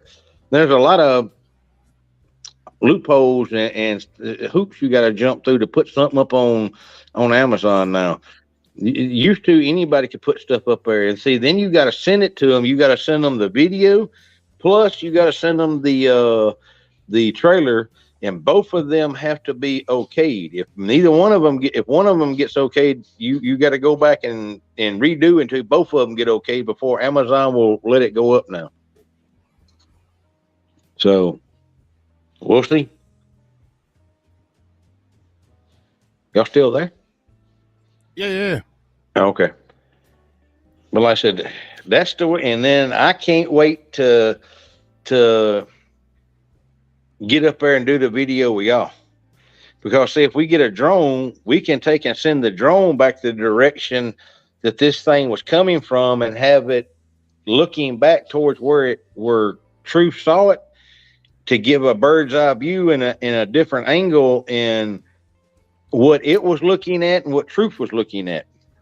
Oh, dude, and then you could fly right across the highway and show give it its movement. Yeah, and give its movements. Because right around the same area, my old boss, he was dating this woman. She had something very similar to what Truth saw behind her house near her barn in her backyard. But I didn't realize. Go ahead. I'm sorry. That's probably a half a mile as a crow flies from where he's seen it, from where he's seen whatever he's seen. Now the rake thing, I don't know what the hell that was, but the Bigfoot looking thing, yeah, that's probably about a half mile. Well, I said I didn't know how handy a drone would be, especially for what we're doing now.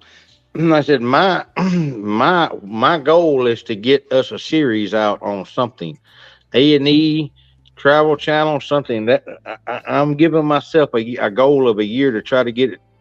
I'm doing the same thing everybody else done. You start out on YouTube, move some videos over to documentaries and videos over to Amazon, and then go from there. Look at what Small Town Monsters has done. Mm-hmm. They started out just like what I'm doing. Tell you the truth, a great way to probably like get that done is like let's say you catch something, don't send them all the evidence, but send it into that paranormal quarter on camera. Mm-hmm. Well, like I said, that's the reason why I'm doing the Amazon thing. Is that way, the first thing when you start talking to A&E and them, because I've talked to a lot of them, they want to know, have you done any documentaries? Where are they at? Where can we go see them at? Or can you send us some? So, yeah, they want to see the type of stuff you've already done. Yep. So that's where we're at now. Because like I said, this is the very first documentary I've ever shot, y'all. So I'm hoping it's going to be good. I'm hoping everything comes out, but it's like we had to reshoot one thing twice because I had a SIM card. It was working fine. We shot some stuff, and then it wouldn't. It kept telling me the SIM card was full, and I was like, I know the damn SIM card ain't full because it's 128 gigs, and we only shot an hour. Well, I put it in my computer, and the computer won't read it. It's corrupted. So we had to go back. And luckily, we were still there. We had to go back and reshoot that. So I got a SIM card that's screwed up. I don't know why. It just went bad. I don't know if there's a way to recover the SIM card or whatever, but I got to look into that because I got an hour and 30 minutes worth of video on that I got to get off. I'm sure there's ways of. Well, I didn't know if anybody else I was going to ask if they ever had a SIM card do that. Like I said, it was working fine. Like I stopped. Unless it's like damaged, like, you know what I mean? I think there's ways of getting that information off of there. And I said, it was working fine. I recorded, and all I did was stop the recording. I repositioned the camera and hit record again, and it flashed, SIM card is full. I'm like, how the hell is a SIM card full? Because a 128 gigs SIM card has 13 hours of video in 4K. I only recorded for an hour and a half. It tells you when you stop how many hours you have, and it tells you how many hours you have left. I hit record again. It says SIM card full, and then it had all zeros out beside it. I'm like, what the hell? So I pulled that SIM card out and stuck another SIM card in there and went back to filming.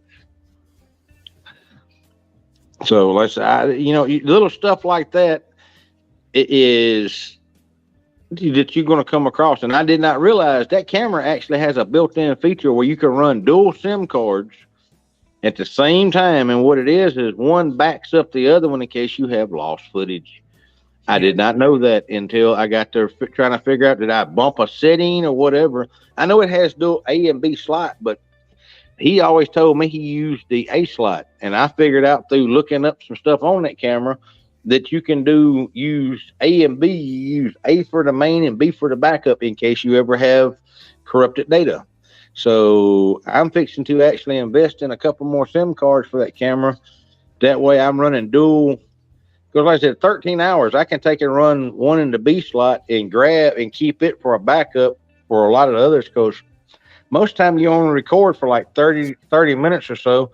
You stop, you reposition the camera. If you do it that long, or at least that's the way I was told. I was figuring out how to do this. You don't carry on a continuous shot. It's you want at least, from what I understand, what I picked up, a 4-minute shot. Then you can fade into another 4-minute shot, or whatever. Like I said, I'm teaching myself.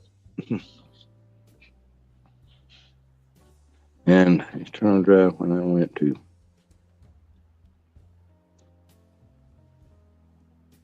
Oh shit. Like I said, I know for a fact I hadn't recorded nothing on it. I had downloaded everything the night before onto a external drive, And then the way I was doing this was I downloaded it to my laptop and then put a copy on the external drive. When I did a fresh card, I just got finished downloading it, used it the day before. We shot probably an hour's worth of video with it, maybe an hour and 30 minutes. I can't remember. And all I did was hit stop. I moved the camera around to a different angle and hit record again, and it wouldn't record. That's all I did. And I don't understand if the SIM card I didn't know a SIM card could go bad just like that. I do think every once in a while you do find a defective SIM card. Did you have anything on? Did you have anything on your fingers? Did it touch like the? No, I didn't even take the SIM card. See, when I cleaned it, worked. The first after I put it back in, it worked for like an hour and 30 minutes, and then I stopped recording. And then went to, you can see the file, but when you go to download the file, it says file is corrupted. When all I did was, like I said, I didn't take the SIM card out, didn't change it. I hit stop, the camera's still on and rolling. I stopped recording. I moved the camera around and hit record again, and it said SIM card full. I'm like, there's no fucking way that SIM card is full. And hey, Bash, so I commented in chat. Yeah, I see what's that? What's that? My you got to change your name, dude. Yeah. What is that? That's my cousin from the UFO experience. Okay. You got to change your name, dude. Don't put your full name out there like that. Yeah, what the hell is wrong with you guys? One of the bigger conspiracy theorists than me and Bass, and you got his fucking name out in the chat. Well, he really don't give a shit anyway, so. Yeah, you're right. Facebook still got him on papers for 18 more days. There's other shit out there besides Bigfoot, Burger, like spiders and snakes and bears. Oh, shit. Look, we come across the story. I've never heard this. We come across, a guy told us about this because y'all know me. The cat can tell you, anybody else has ever. We go to a restaurant or whatever. We start talking. I start asking, yeah, we're up here shooting. I usually first open it up. Well, we're shooting a wildlife documentary, and like, okay, what on? I said, well, you're probably gonna laugh at me, but we're doing one on Bigfoot. Most of the time, them people up there wouldn't bat out. Oh, okay, yeah, that's cool. And then all of a sudden, they would break into a story. Well, there's one guy up there we stopped and talked to. He tells us about the water panther. I'm like, what? He said, oh, y'all hadn't heard about the water panther? I said, no. He said, well, it's supposed to be a cross between a Bigfoot and a panther that can go into the river and stuff up there, and it'll hold its breath and dive under the water. Well, to me, that would probably just be a Bigfoot that's deformed. It's called a water panther. Now, think about it. You start to look up Bigfoot stuff, you come across something that says, what? You're not going to pay attention to it. That's the whole thing about this. Let's put it this way. There's a lake up there called Thunderbird Lake. And it got that name because the natives said there was large birds up there. And I talk about this in it. There were birds large enough to take away children. And that's why it's called Thunderbird Lake. And me and Kat seen some very, very, I don't know what the hell it was, but they were very large birds. Very large birds. I got them on camera.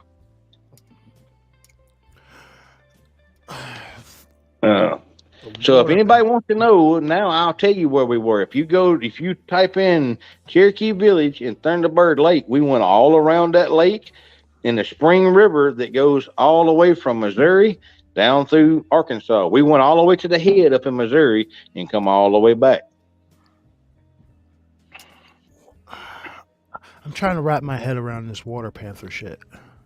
Well, I think what it is a deformed Bigfoot that has the head that kind of looks like a cat or a big panther, and it's going because Bigfoot have been known to cross rivers, creeks, and streams. Usually they'll go under the water. I don't know if they're walking across the bottom or whatever, and then all of a sudden they pop up on the other side. You just see a head pop up, and they'll come out of the water. But they call it, you look it up, Arkansas water panther. Look, there are so many names that are associated in Arkansas with Bigfoot. You got the Yowie, you got the Ozark Howler, you got the you got the Wicker Lady, you got the Deer Lady, you got the Wood Booger, you got the Spring River Prowler. That's just 6 right there. All these are Bigfoot creatures, but they got different names. That ain't counting. There's some fucking goddamn. We got reports of some timber wolves up there that weigh over 150 pounds. I'm trying to find. I came across this interview, this little clip of an interview, and I'm trying to find it. This guy talked about how they were up in Alaska. One second, hold on. They were out camping in Alaska, and something grabbed a hold of his the side of their tent and started shaking it. Sort of like, what the fuck? They thought it was somebody that they knew. So they started yelling like, yo, who the fuck's out there? No answer. When they opened the tent, 4 of them had got out and they were standing there, and the last guy got out, and he said when he opened up the tent, the 4 of them were just standing there looking at something, and he got a good look at it. And he said he saw this massive black thing fucking like kind of like crouched down, and he said it stood up, and he got a good look at it because the moon was out and there was snow on the ground, so it was like bright, the lights were reflected. He said this thing had like he said it was a Bigfoot, but he said it had like a snout on it, and when it looked at them, then it took and jumped. It didn't run, it jumped up like the side of a rock face, and it jumped 100 up foot. over it. 100 foot. And it jumped up over the other side. And he said he got the urge to start walking towards it, and his guide stopped him and was like, "Don't go up there. You're not gonna want to go up there." So I'm trying to find this fucking interview. See, that's like a 2-minute thing. That's I another gotta stay thing. over here. Hold on. That's another thing. I didn't know how handy GoPros were because, all right, I'm fixing to get Cat one to wear on her all the time because guys talk to pretty ladies a lot faster than they do guys. This is true. Well, we're in there in the, she carries a pack with her all the time. I'm fixing to put another GoPro on her that's running all the time when we're doing these because y'all know how many stories that she could have got that if we'd had a camera rolling at that time, and either when I get over there because I'm filming something else, she goes, "You're not going to believe the story," and I go to find the guy and it's gone. See, but the thing about that, you gotta let them know that you're recording them, man. That's kind of like ambush journalism. Nope, not in public. If you're in a public space, there is no privacy warranted. No. What I mean is like if person's like decides to like start telling you the story and stuff, I would be like, yo, I just want you to let you know, like I can. That's where the blur effect comes in. You can tell them afterwards, but I'm talking about, but don't interrupt them in their story and just tell them, hey, well, we're shooting a documentary and I've got this camera rolling. Is it okay if we use, and you leave that in there? Is it okay if I use this? If they say, well, what if I blur your face out? Most of the time they will say yes, as long as you blur their face out, or half of them don't care. They just don't care. They're just getting it. This is the story they told or whatever. But still though, those GoPros come in fucking handy. Absolutely. Well, like I said, they got one right now on sale. I think it's the Hero 8. It's either the Hero 8 or Hero 9 for like $200 and something. I'm fixing to invest in that to put on Cat because I've got the Hero 5. All the batteries and stuff. I think it was you, Bass, that told me everything from the 5 up to the new ones, the batteries and all that stuff will interchange. Mm-hmm. So I'm fixing to, because that gives her one to wear on her all the time and me one. And especially if you're doing stuff around water, and a lot of these places and a lot of this stuff I'm doing is around water, because I'm telling you, waterways, I found another one. I never thought about this before, but think about what's running through the country and that ain't used very much no more. You got waterways, you got power lines, and you also got railroad tracks. You know, the railroad track systems are hardly used anymore. You know how many stories I got up there about these things being sighted from the 1800s and up from on the railroad tracks? I believe it because nobody's really traversing them things, so it's probably just wide open up there. Yeah, it's a pathway. It's not going anywhere. It's there now. It's permanent. That's like a city street to them. All right, now, I want you to listen to this real quick and tell me what you think he saw. All right. With their own tent, and we had the dinner, everything's finished.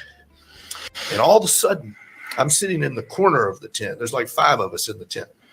Something grabbed the corner of the tent and started shaking it like this. And then, and we're thinking it's some friend of ours from another camp. Fucking around. And after a while, we think somebody's going to walk in. Nobody walks in. So we get up and like, what the fuck was going on with that?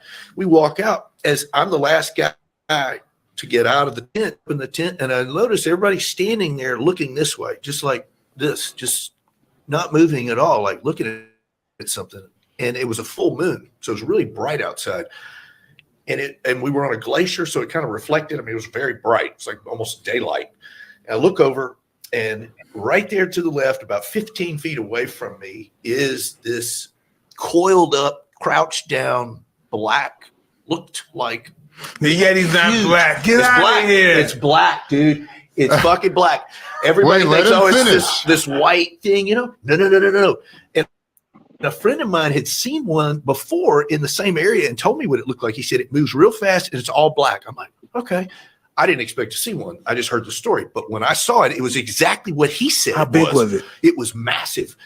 The But crazy it's thing, crouched it was down. crouched down. It had kind of a nose of like more of like a longer, like a dog, but it was this jet black, really shiny, long hair, and it had yellow eyes that really you could reflect in the sunset. It looked at us for a while, and then it just jumped. And it jumped over a pile of rocks. It was Not a bear. No. First I thought, is that a dog? I'm like, man, that thing's huge. And then I thought it was a yak because the yaks were coming in to pick our equipment up. And I thought it's like a big cow and I thought that's not a yak. And then it just kept sitting there looking at us. And then it just took off like in some supernatural flight over 100-foot pile of rocks. What the crazy thing was, instinctively, I actually started moving towards it. Like I want to go up there and look. And there was a kid who worked for me, a Nepalese kid. He put his hand right here on my stomach. He was standing there watching the whole thing too. He worked in the kitchen and he said, don't go up there. And I was like, did everybody just see what I saw? And everybody's like, yeah, holy shit.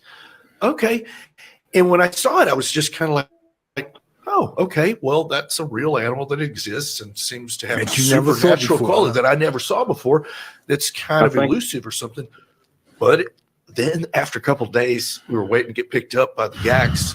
And I started taking all the food out of my tent because I'm thinking, man, why did it shake the corner I was in? I'm like, what did it want? I think he saw a dog man. Now this is apparently this is on Everest. This wasn't in the last Mount Everest.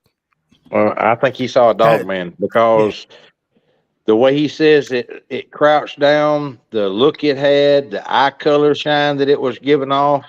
And the way it leaped now, that to me, all that screamed. I could be wrong, without being there. But what he's describing, I've had described to me 100 times over, something like that.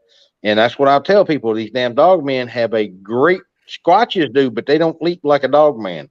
These things, their legs are like springs, and they will shoot a 20-foot barbed wire fence, a chain link fence with barbed wire. They can clear them like it's a pole vaulter. That to me, what he's describing and what it sounds like is a dog man. That is what they call a type 1 or type 2 dog man. I hate the typing thing, but it looks like a giant canine. He got sidetracked, but it sounded like he was going to describe like a characteristic of like the ears or something like that during it. Yeah. Well, the guy interrupted him And like I said, you notice after he got interrupted, he's like, dude, look, I don't care. I'm telling you, somebody else told me they were black. I didn't think that. See, that's how you, and he went right back into the story. That's how you tell that's a real story. He got interrupted, sidetracked, and he went right back into the story. He may have left off some details, but he went right back into the story. And whoever that boy was has heard stories, if not seen one or whatever. That's why he told him, don't go up there. It's going away from us. Let it the fuck alone. I believe he saw a dog man or a dog man type creature. Like I said, I think these things are more baboonish than they are canine. Baboons are some mean some bitches. See, when I came across this the other day, I was listening to it, and I'm like, okay, and he said the Yeti. I'm like, all right, it might be a Yeti, but then he starts describing it, and I'm like, that's not a fucking that sounds more like a dog man, like the snout, the yellow eyes. Think about it. Think about what he described is exactly what come out of that tree on me that night over there at my place where I used to be at. And the way it moved, it just pounced. And think about how high it come out of that tree and then landed. Yep, that was about 25, 30 feet up. Yeah, and then when it hit the ground, it was already moving, and they're fast as shit. I told you, like I said, does that not match kind of like what he's telling you, except for we didn't get to see all the detail and everything, but the eye shine and everything else, the yellow eye shine, everything matches. The way it moves, the way it jumps. Squatches don't do that. Squatches I haven't heard Sasquatches have yellow eye shine. I haven't heard that. Usually Sasquatches eye shine depending on what light source it is, and what I mean by that is you got incandescent, you got LEDs, and then you got hydrocarbon lights, which are halogens.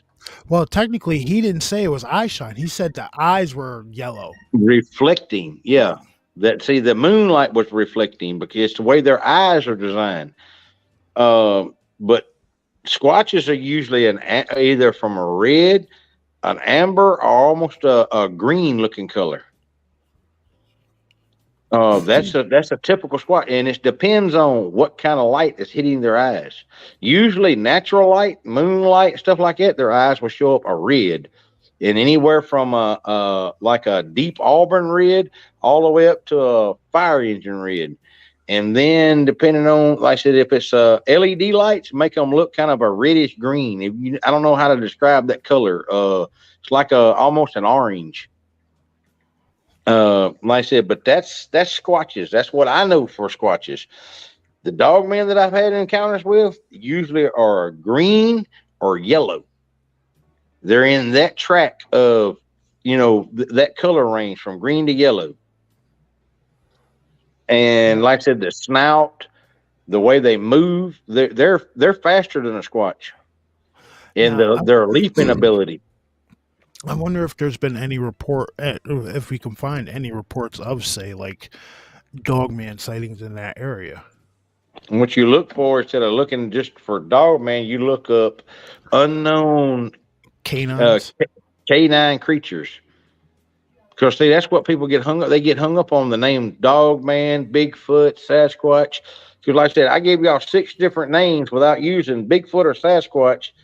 And just in the small state of Arkansas, that Bigfoot type creatures are cryptids or have been named over the years. And then we got the water panther thing. See, that could have been a damn dogman type creature, what they're calling, because the shape of the head. That's what I'm thinking. But you see how the old people, though, they didn't know nothing about werewolf stuff. They used other creatures to describe what they're seeing. But I said that's why the way I'm doing this documentary series. It's most, like I said, I'm leaning towards Bigfoot. But like I said, you got a lake up there named Thunderbird. Okay. The lake was named back in the 1700s. Why do they call it Thunderbird Lake of everything else that they can think of? Because they got Deer Lake. I forget. There's like 4 lakes up there. This is the biggest one, and it's named Thunderbird Lake. Now, you hear Thunderbird, what are you going to think of? A cryptid. Why would they do that? So I started asking around, and you can go, and I've got a picture of it. There's a placard up there. And it talks about the year and everything that this lake was done, and it talks about the birds that were around the area that were large enough to carry small children off. This is on a fucking plaque that's out there. That's where it got the name Thunderbird Lake from, and the noise that these birds would make. See, I'm doing a Bigfoot documentary, or supposedly, and I come across this. You don't think I'm not going to film it and put it in there? Oh yeah, definitely.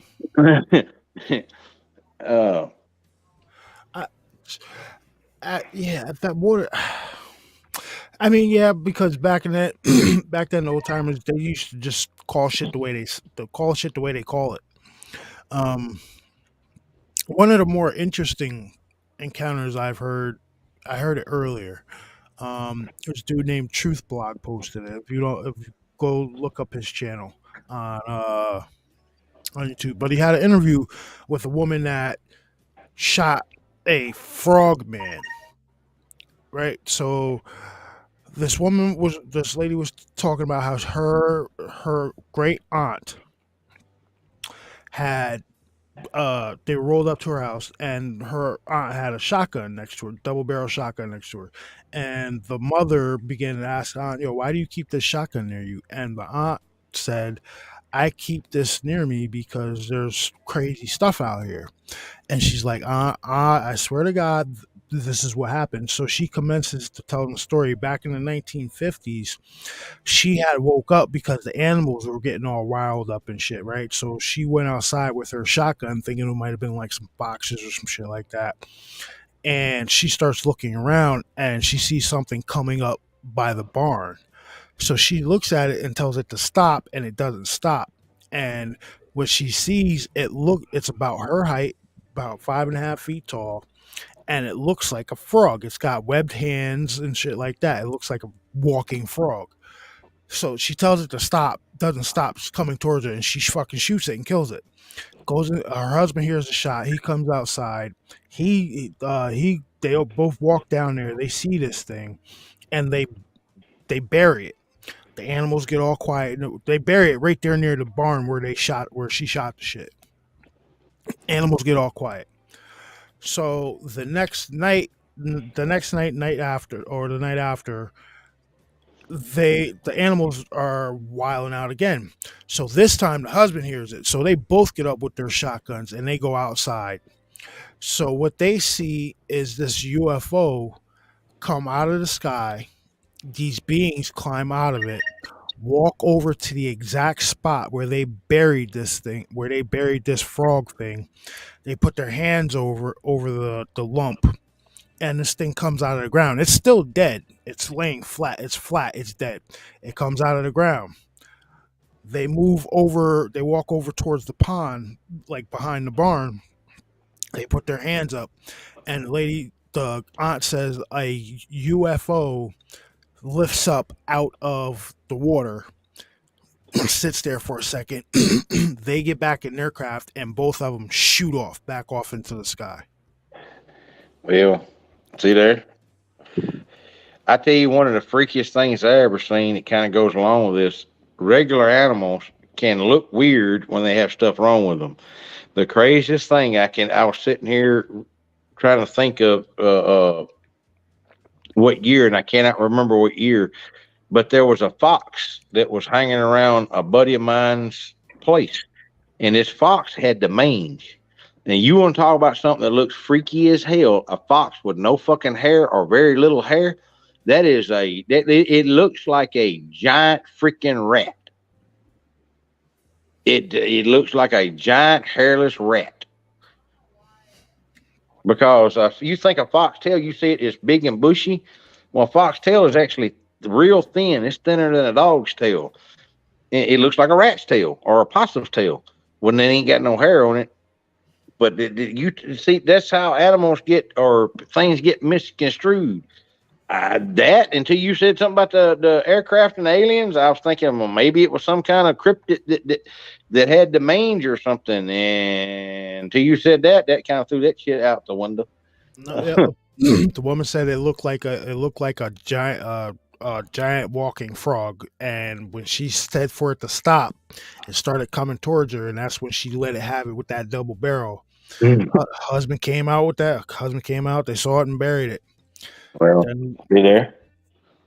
And apparently that property's still in that family. Well, like I said, until I heard the alien thing, I was like, well, maybe it's a cryptid that had something, because a lot of people don't realize mange can go across different species. People can get the mange. It's called something else whenever people get it, but it's the mange, and it makes your hair, it causes sores and stuff, and your hair follicles die off and fall out. And it causes like dermatitis. It's nasty looking, but people can get mange, just like animals can. Now let's think, if a Sasquatch can get mange, what it's going to look like? It'd be freaky as shit looking. It'll look like a. It looked like a fucked up looking human. Is what it looked like, with weird ass skin. Because depending on where you are, the Sasquatch skin is not all black. They're gray. They can be a pinkish looking. They can be a black, almost a brown. That's like a dog. Most people don't realize this. If you've got a dog that's multiple colors, wherever, like let's say a white and a black dog. If it's got white and black, every place that is white on it, if you shave it down under the skin, it's a black spot. Every place that is black is a light spot. It's reversed. I could definitely see how a Sasquatch with mange would be more terrifying than, say, a normal fucking Sasquatch, right? Yep. Because it's just like the description. They're wide, they're fucking barrel chested, everything like that. Imagine seeing one with no hair on it and how it's gonna look like a Neanderthal. Yeah, it's gonna look like a Neanderthal. It's gonna look like a 7, 8, 9 foot fucking Neanderthal barreling down. That shit'll look horrifying. Yes, and like I said, that's just nature being nature. And because let's say it kills a fox or kills an animal that had mange. Well, how mange is contributed if you touch it through touch. It's a fungus, and they kill one and it gets on them. Well, they're wiping, they're scratching, they're itching, and it's going to spread all over them. Mm-hmm. I always wondered if damn Sasquatches can get down poison ivy and poison oak. I always wondered that. I'm sure they could. I don't see why it would only just like. Well, see, I know some people are not allergic to it. Like now, it bothers me, but it doesn't bother me that bad. My little brother, it doesn't even faze him. He can roll in that shit and it don't bother him. Me, I'm gonna itch like I got fleas.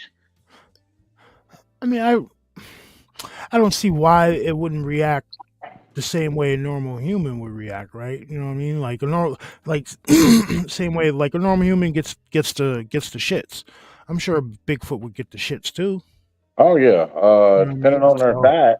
Yeah, so I don't see why. Poison oak wouldn't affect them unless they're able to maybe tell what poison oak is and what's not poison oak. Yeah, well, I know I've come across some places in the woods that were scat, which is animal shit. If it wasn't a Squatch that had the runs that did it, that damn animal should be dead.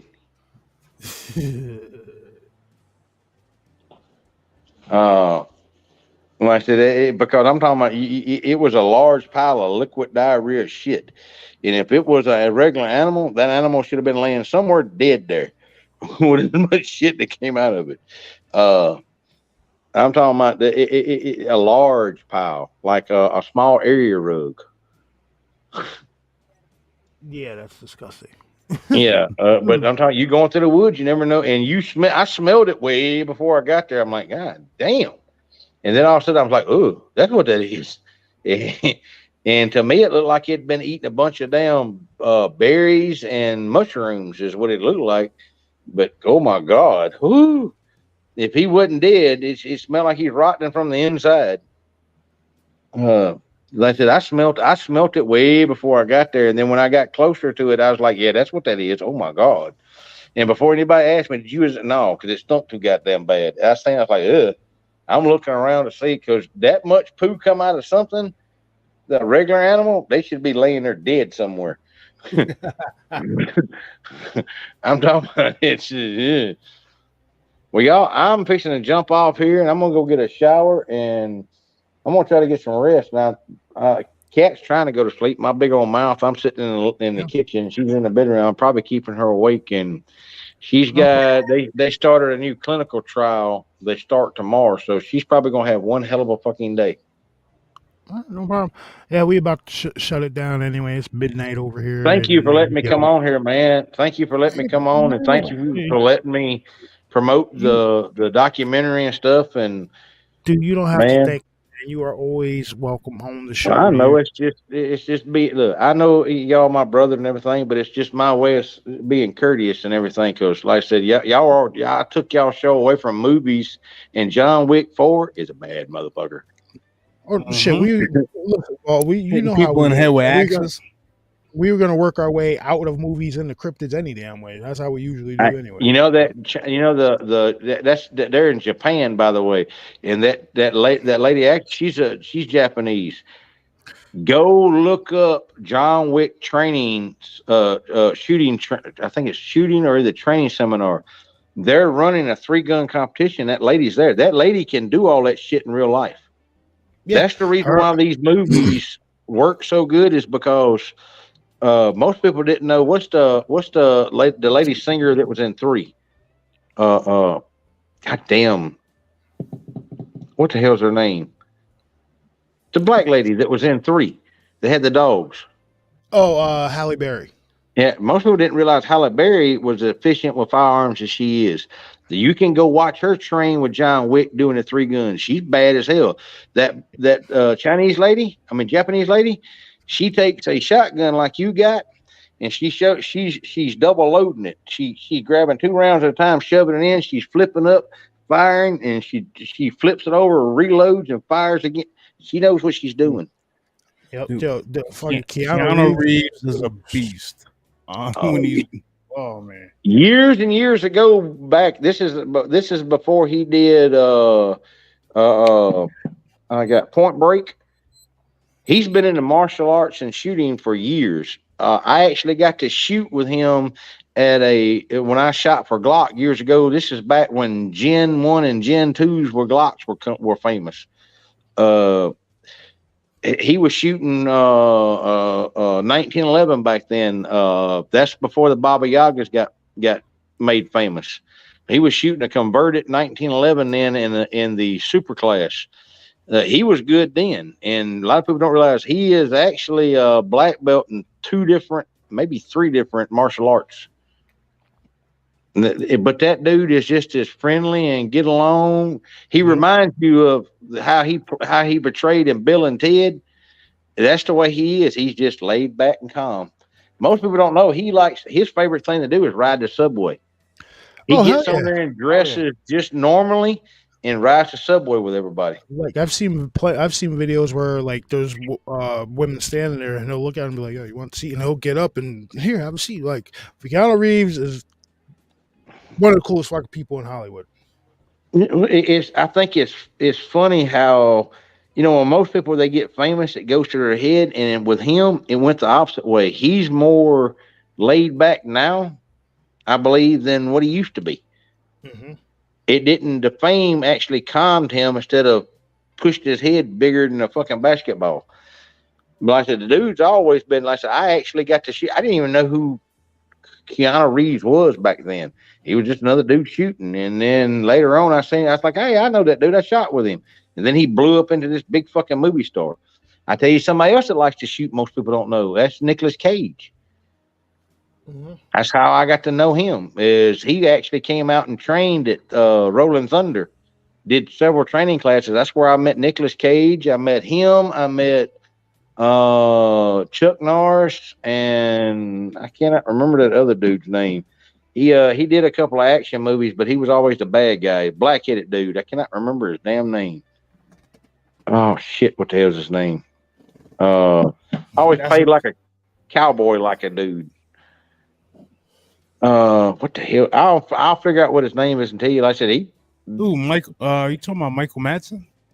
Yeah, I don't know if that's his name or not. He played in. I see. He usually always plays a bad guy.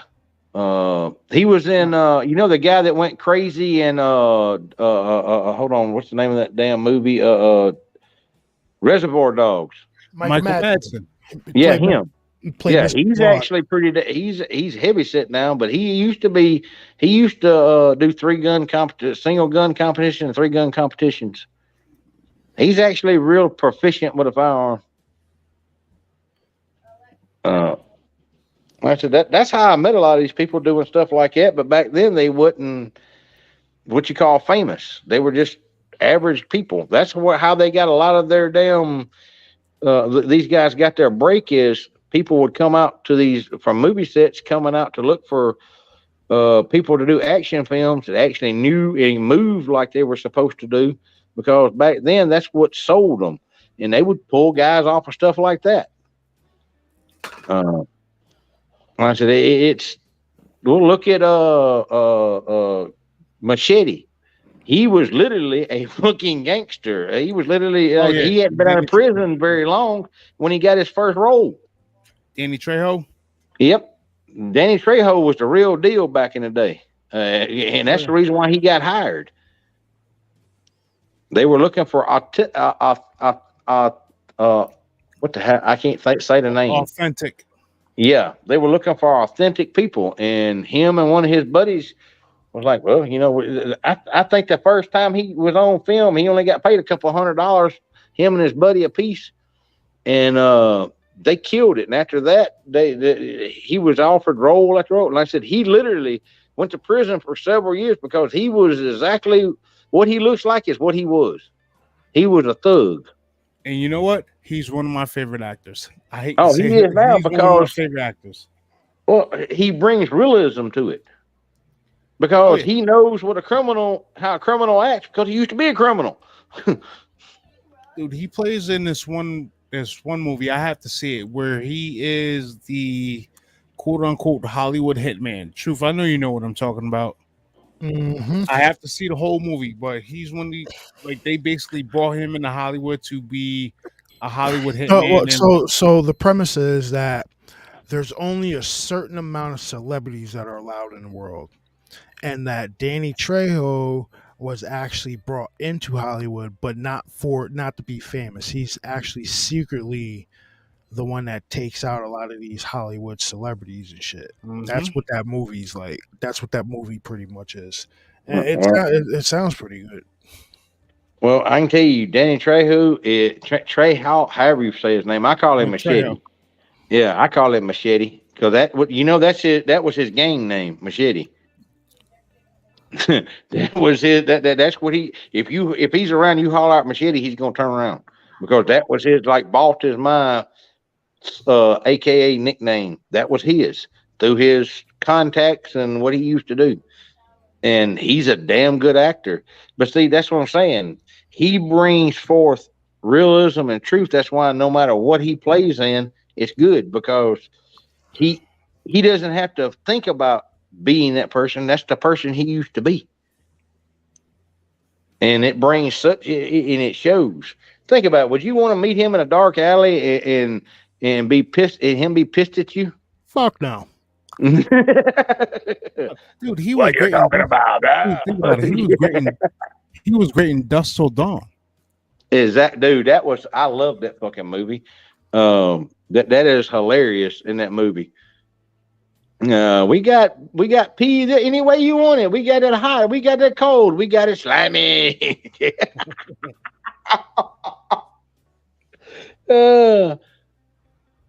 Like I said, that's one of my favorite movies. And then there's actually a movie called Machete. He's in. Yeah, there was like Machete 1, Machete 2. Then there was one where he was also starring with Danny Glover. There's It's like supposed to be two old badasses. it's called Badasses. There you go. There's one. I think they're supposed to be doing a Machete in space too. Well, like I said, Please don't do that like Jason X. Stop. well, like I said, what's funny, if you go look up the history of him, Machete was they called him Machete, but that was his nickname through what he used to do. And he used to be involved with a bunch of badass motherfuckers. Well, man, I'm going to get off here. Thank y'all. And as always, sweet nightmares. And y'all stay tuned. And, man, I love how y'all been going with the show. And I love your layout, Bass. And I got a new layout that I'm fixing to show off here soon. No, thank you, man. I appreciate it. I get to display all my little goodies that Bass and Truth and everybody else has sent me and gave me over the years, and I can't wait. So, but right now I got to get all this down, shit, edited and stuff. All right. Was Danny? What? Danny Trejo wasn't in Triple X, was he? I don't think so. I don't think so. Duty Bird, what are you talking about? He was in Predator, and they did him absolutely dirty in Predator. But yeah, I think he was in Mexican cartel killer. Yeah, there's another one he played in. He was a Mexican cartel hitman that used knives. Had a vest full of damn knives. That was fucking Desperado with Antonio. Yeah, Desperado. That's it. Now, that was another one of my favorite freaking shows he was in. Great movie, Desperado. Great movie. Well, y'all, I'm out of here, and as always, sweet nightmares. Yep, take it easy, brother. Yes, sir. So, all right, so everybody, tomorrow night. I'm gonna have to we're gonna touch base tomorrow, but tomorrow night we are going to have an interview, and it is going to be with a person from in chat. Mr. Bryce Edwards from chat is going to join us tomorrow night to discuss his Hatman encounter. So everybody be sure to tune in tomorrow night. It's not gonna be a late show, it's gonna be an actual interview. And from the interview, we're gonna probably branch off into other stuff. From 7:30 to between 7:30 and 8 o'clock. So I'm gonna set it up for 7:30. So tomorrow night around 7:30, between 7:30 7:45, we're gonna be having a live show, and we're gonna be interviewing Bryce about his Hatman encounter. So and everybody, everything that has happened to him afterwards. Yep. All the weird paranormal. Yep. So everybody tune in tomorrow night for a special interview episode of An Impromptu Truth. Thank you guys for joining us. Doxy, if you go back and listen to the end of this, you are in all of our prayers. Absolutely. Walt, thanks for joining us, bro. Thank you for keeping us updated on the documentary. And we will see you guys tomorrow night. Have a good night, guys. Boom, boom.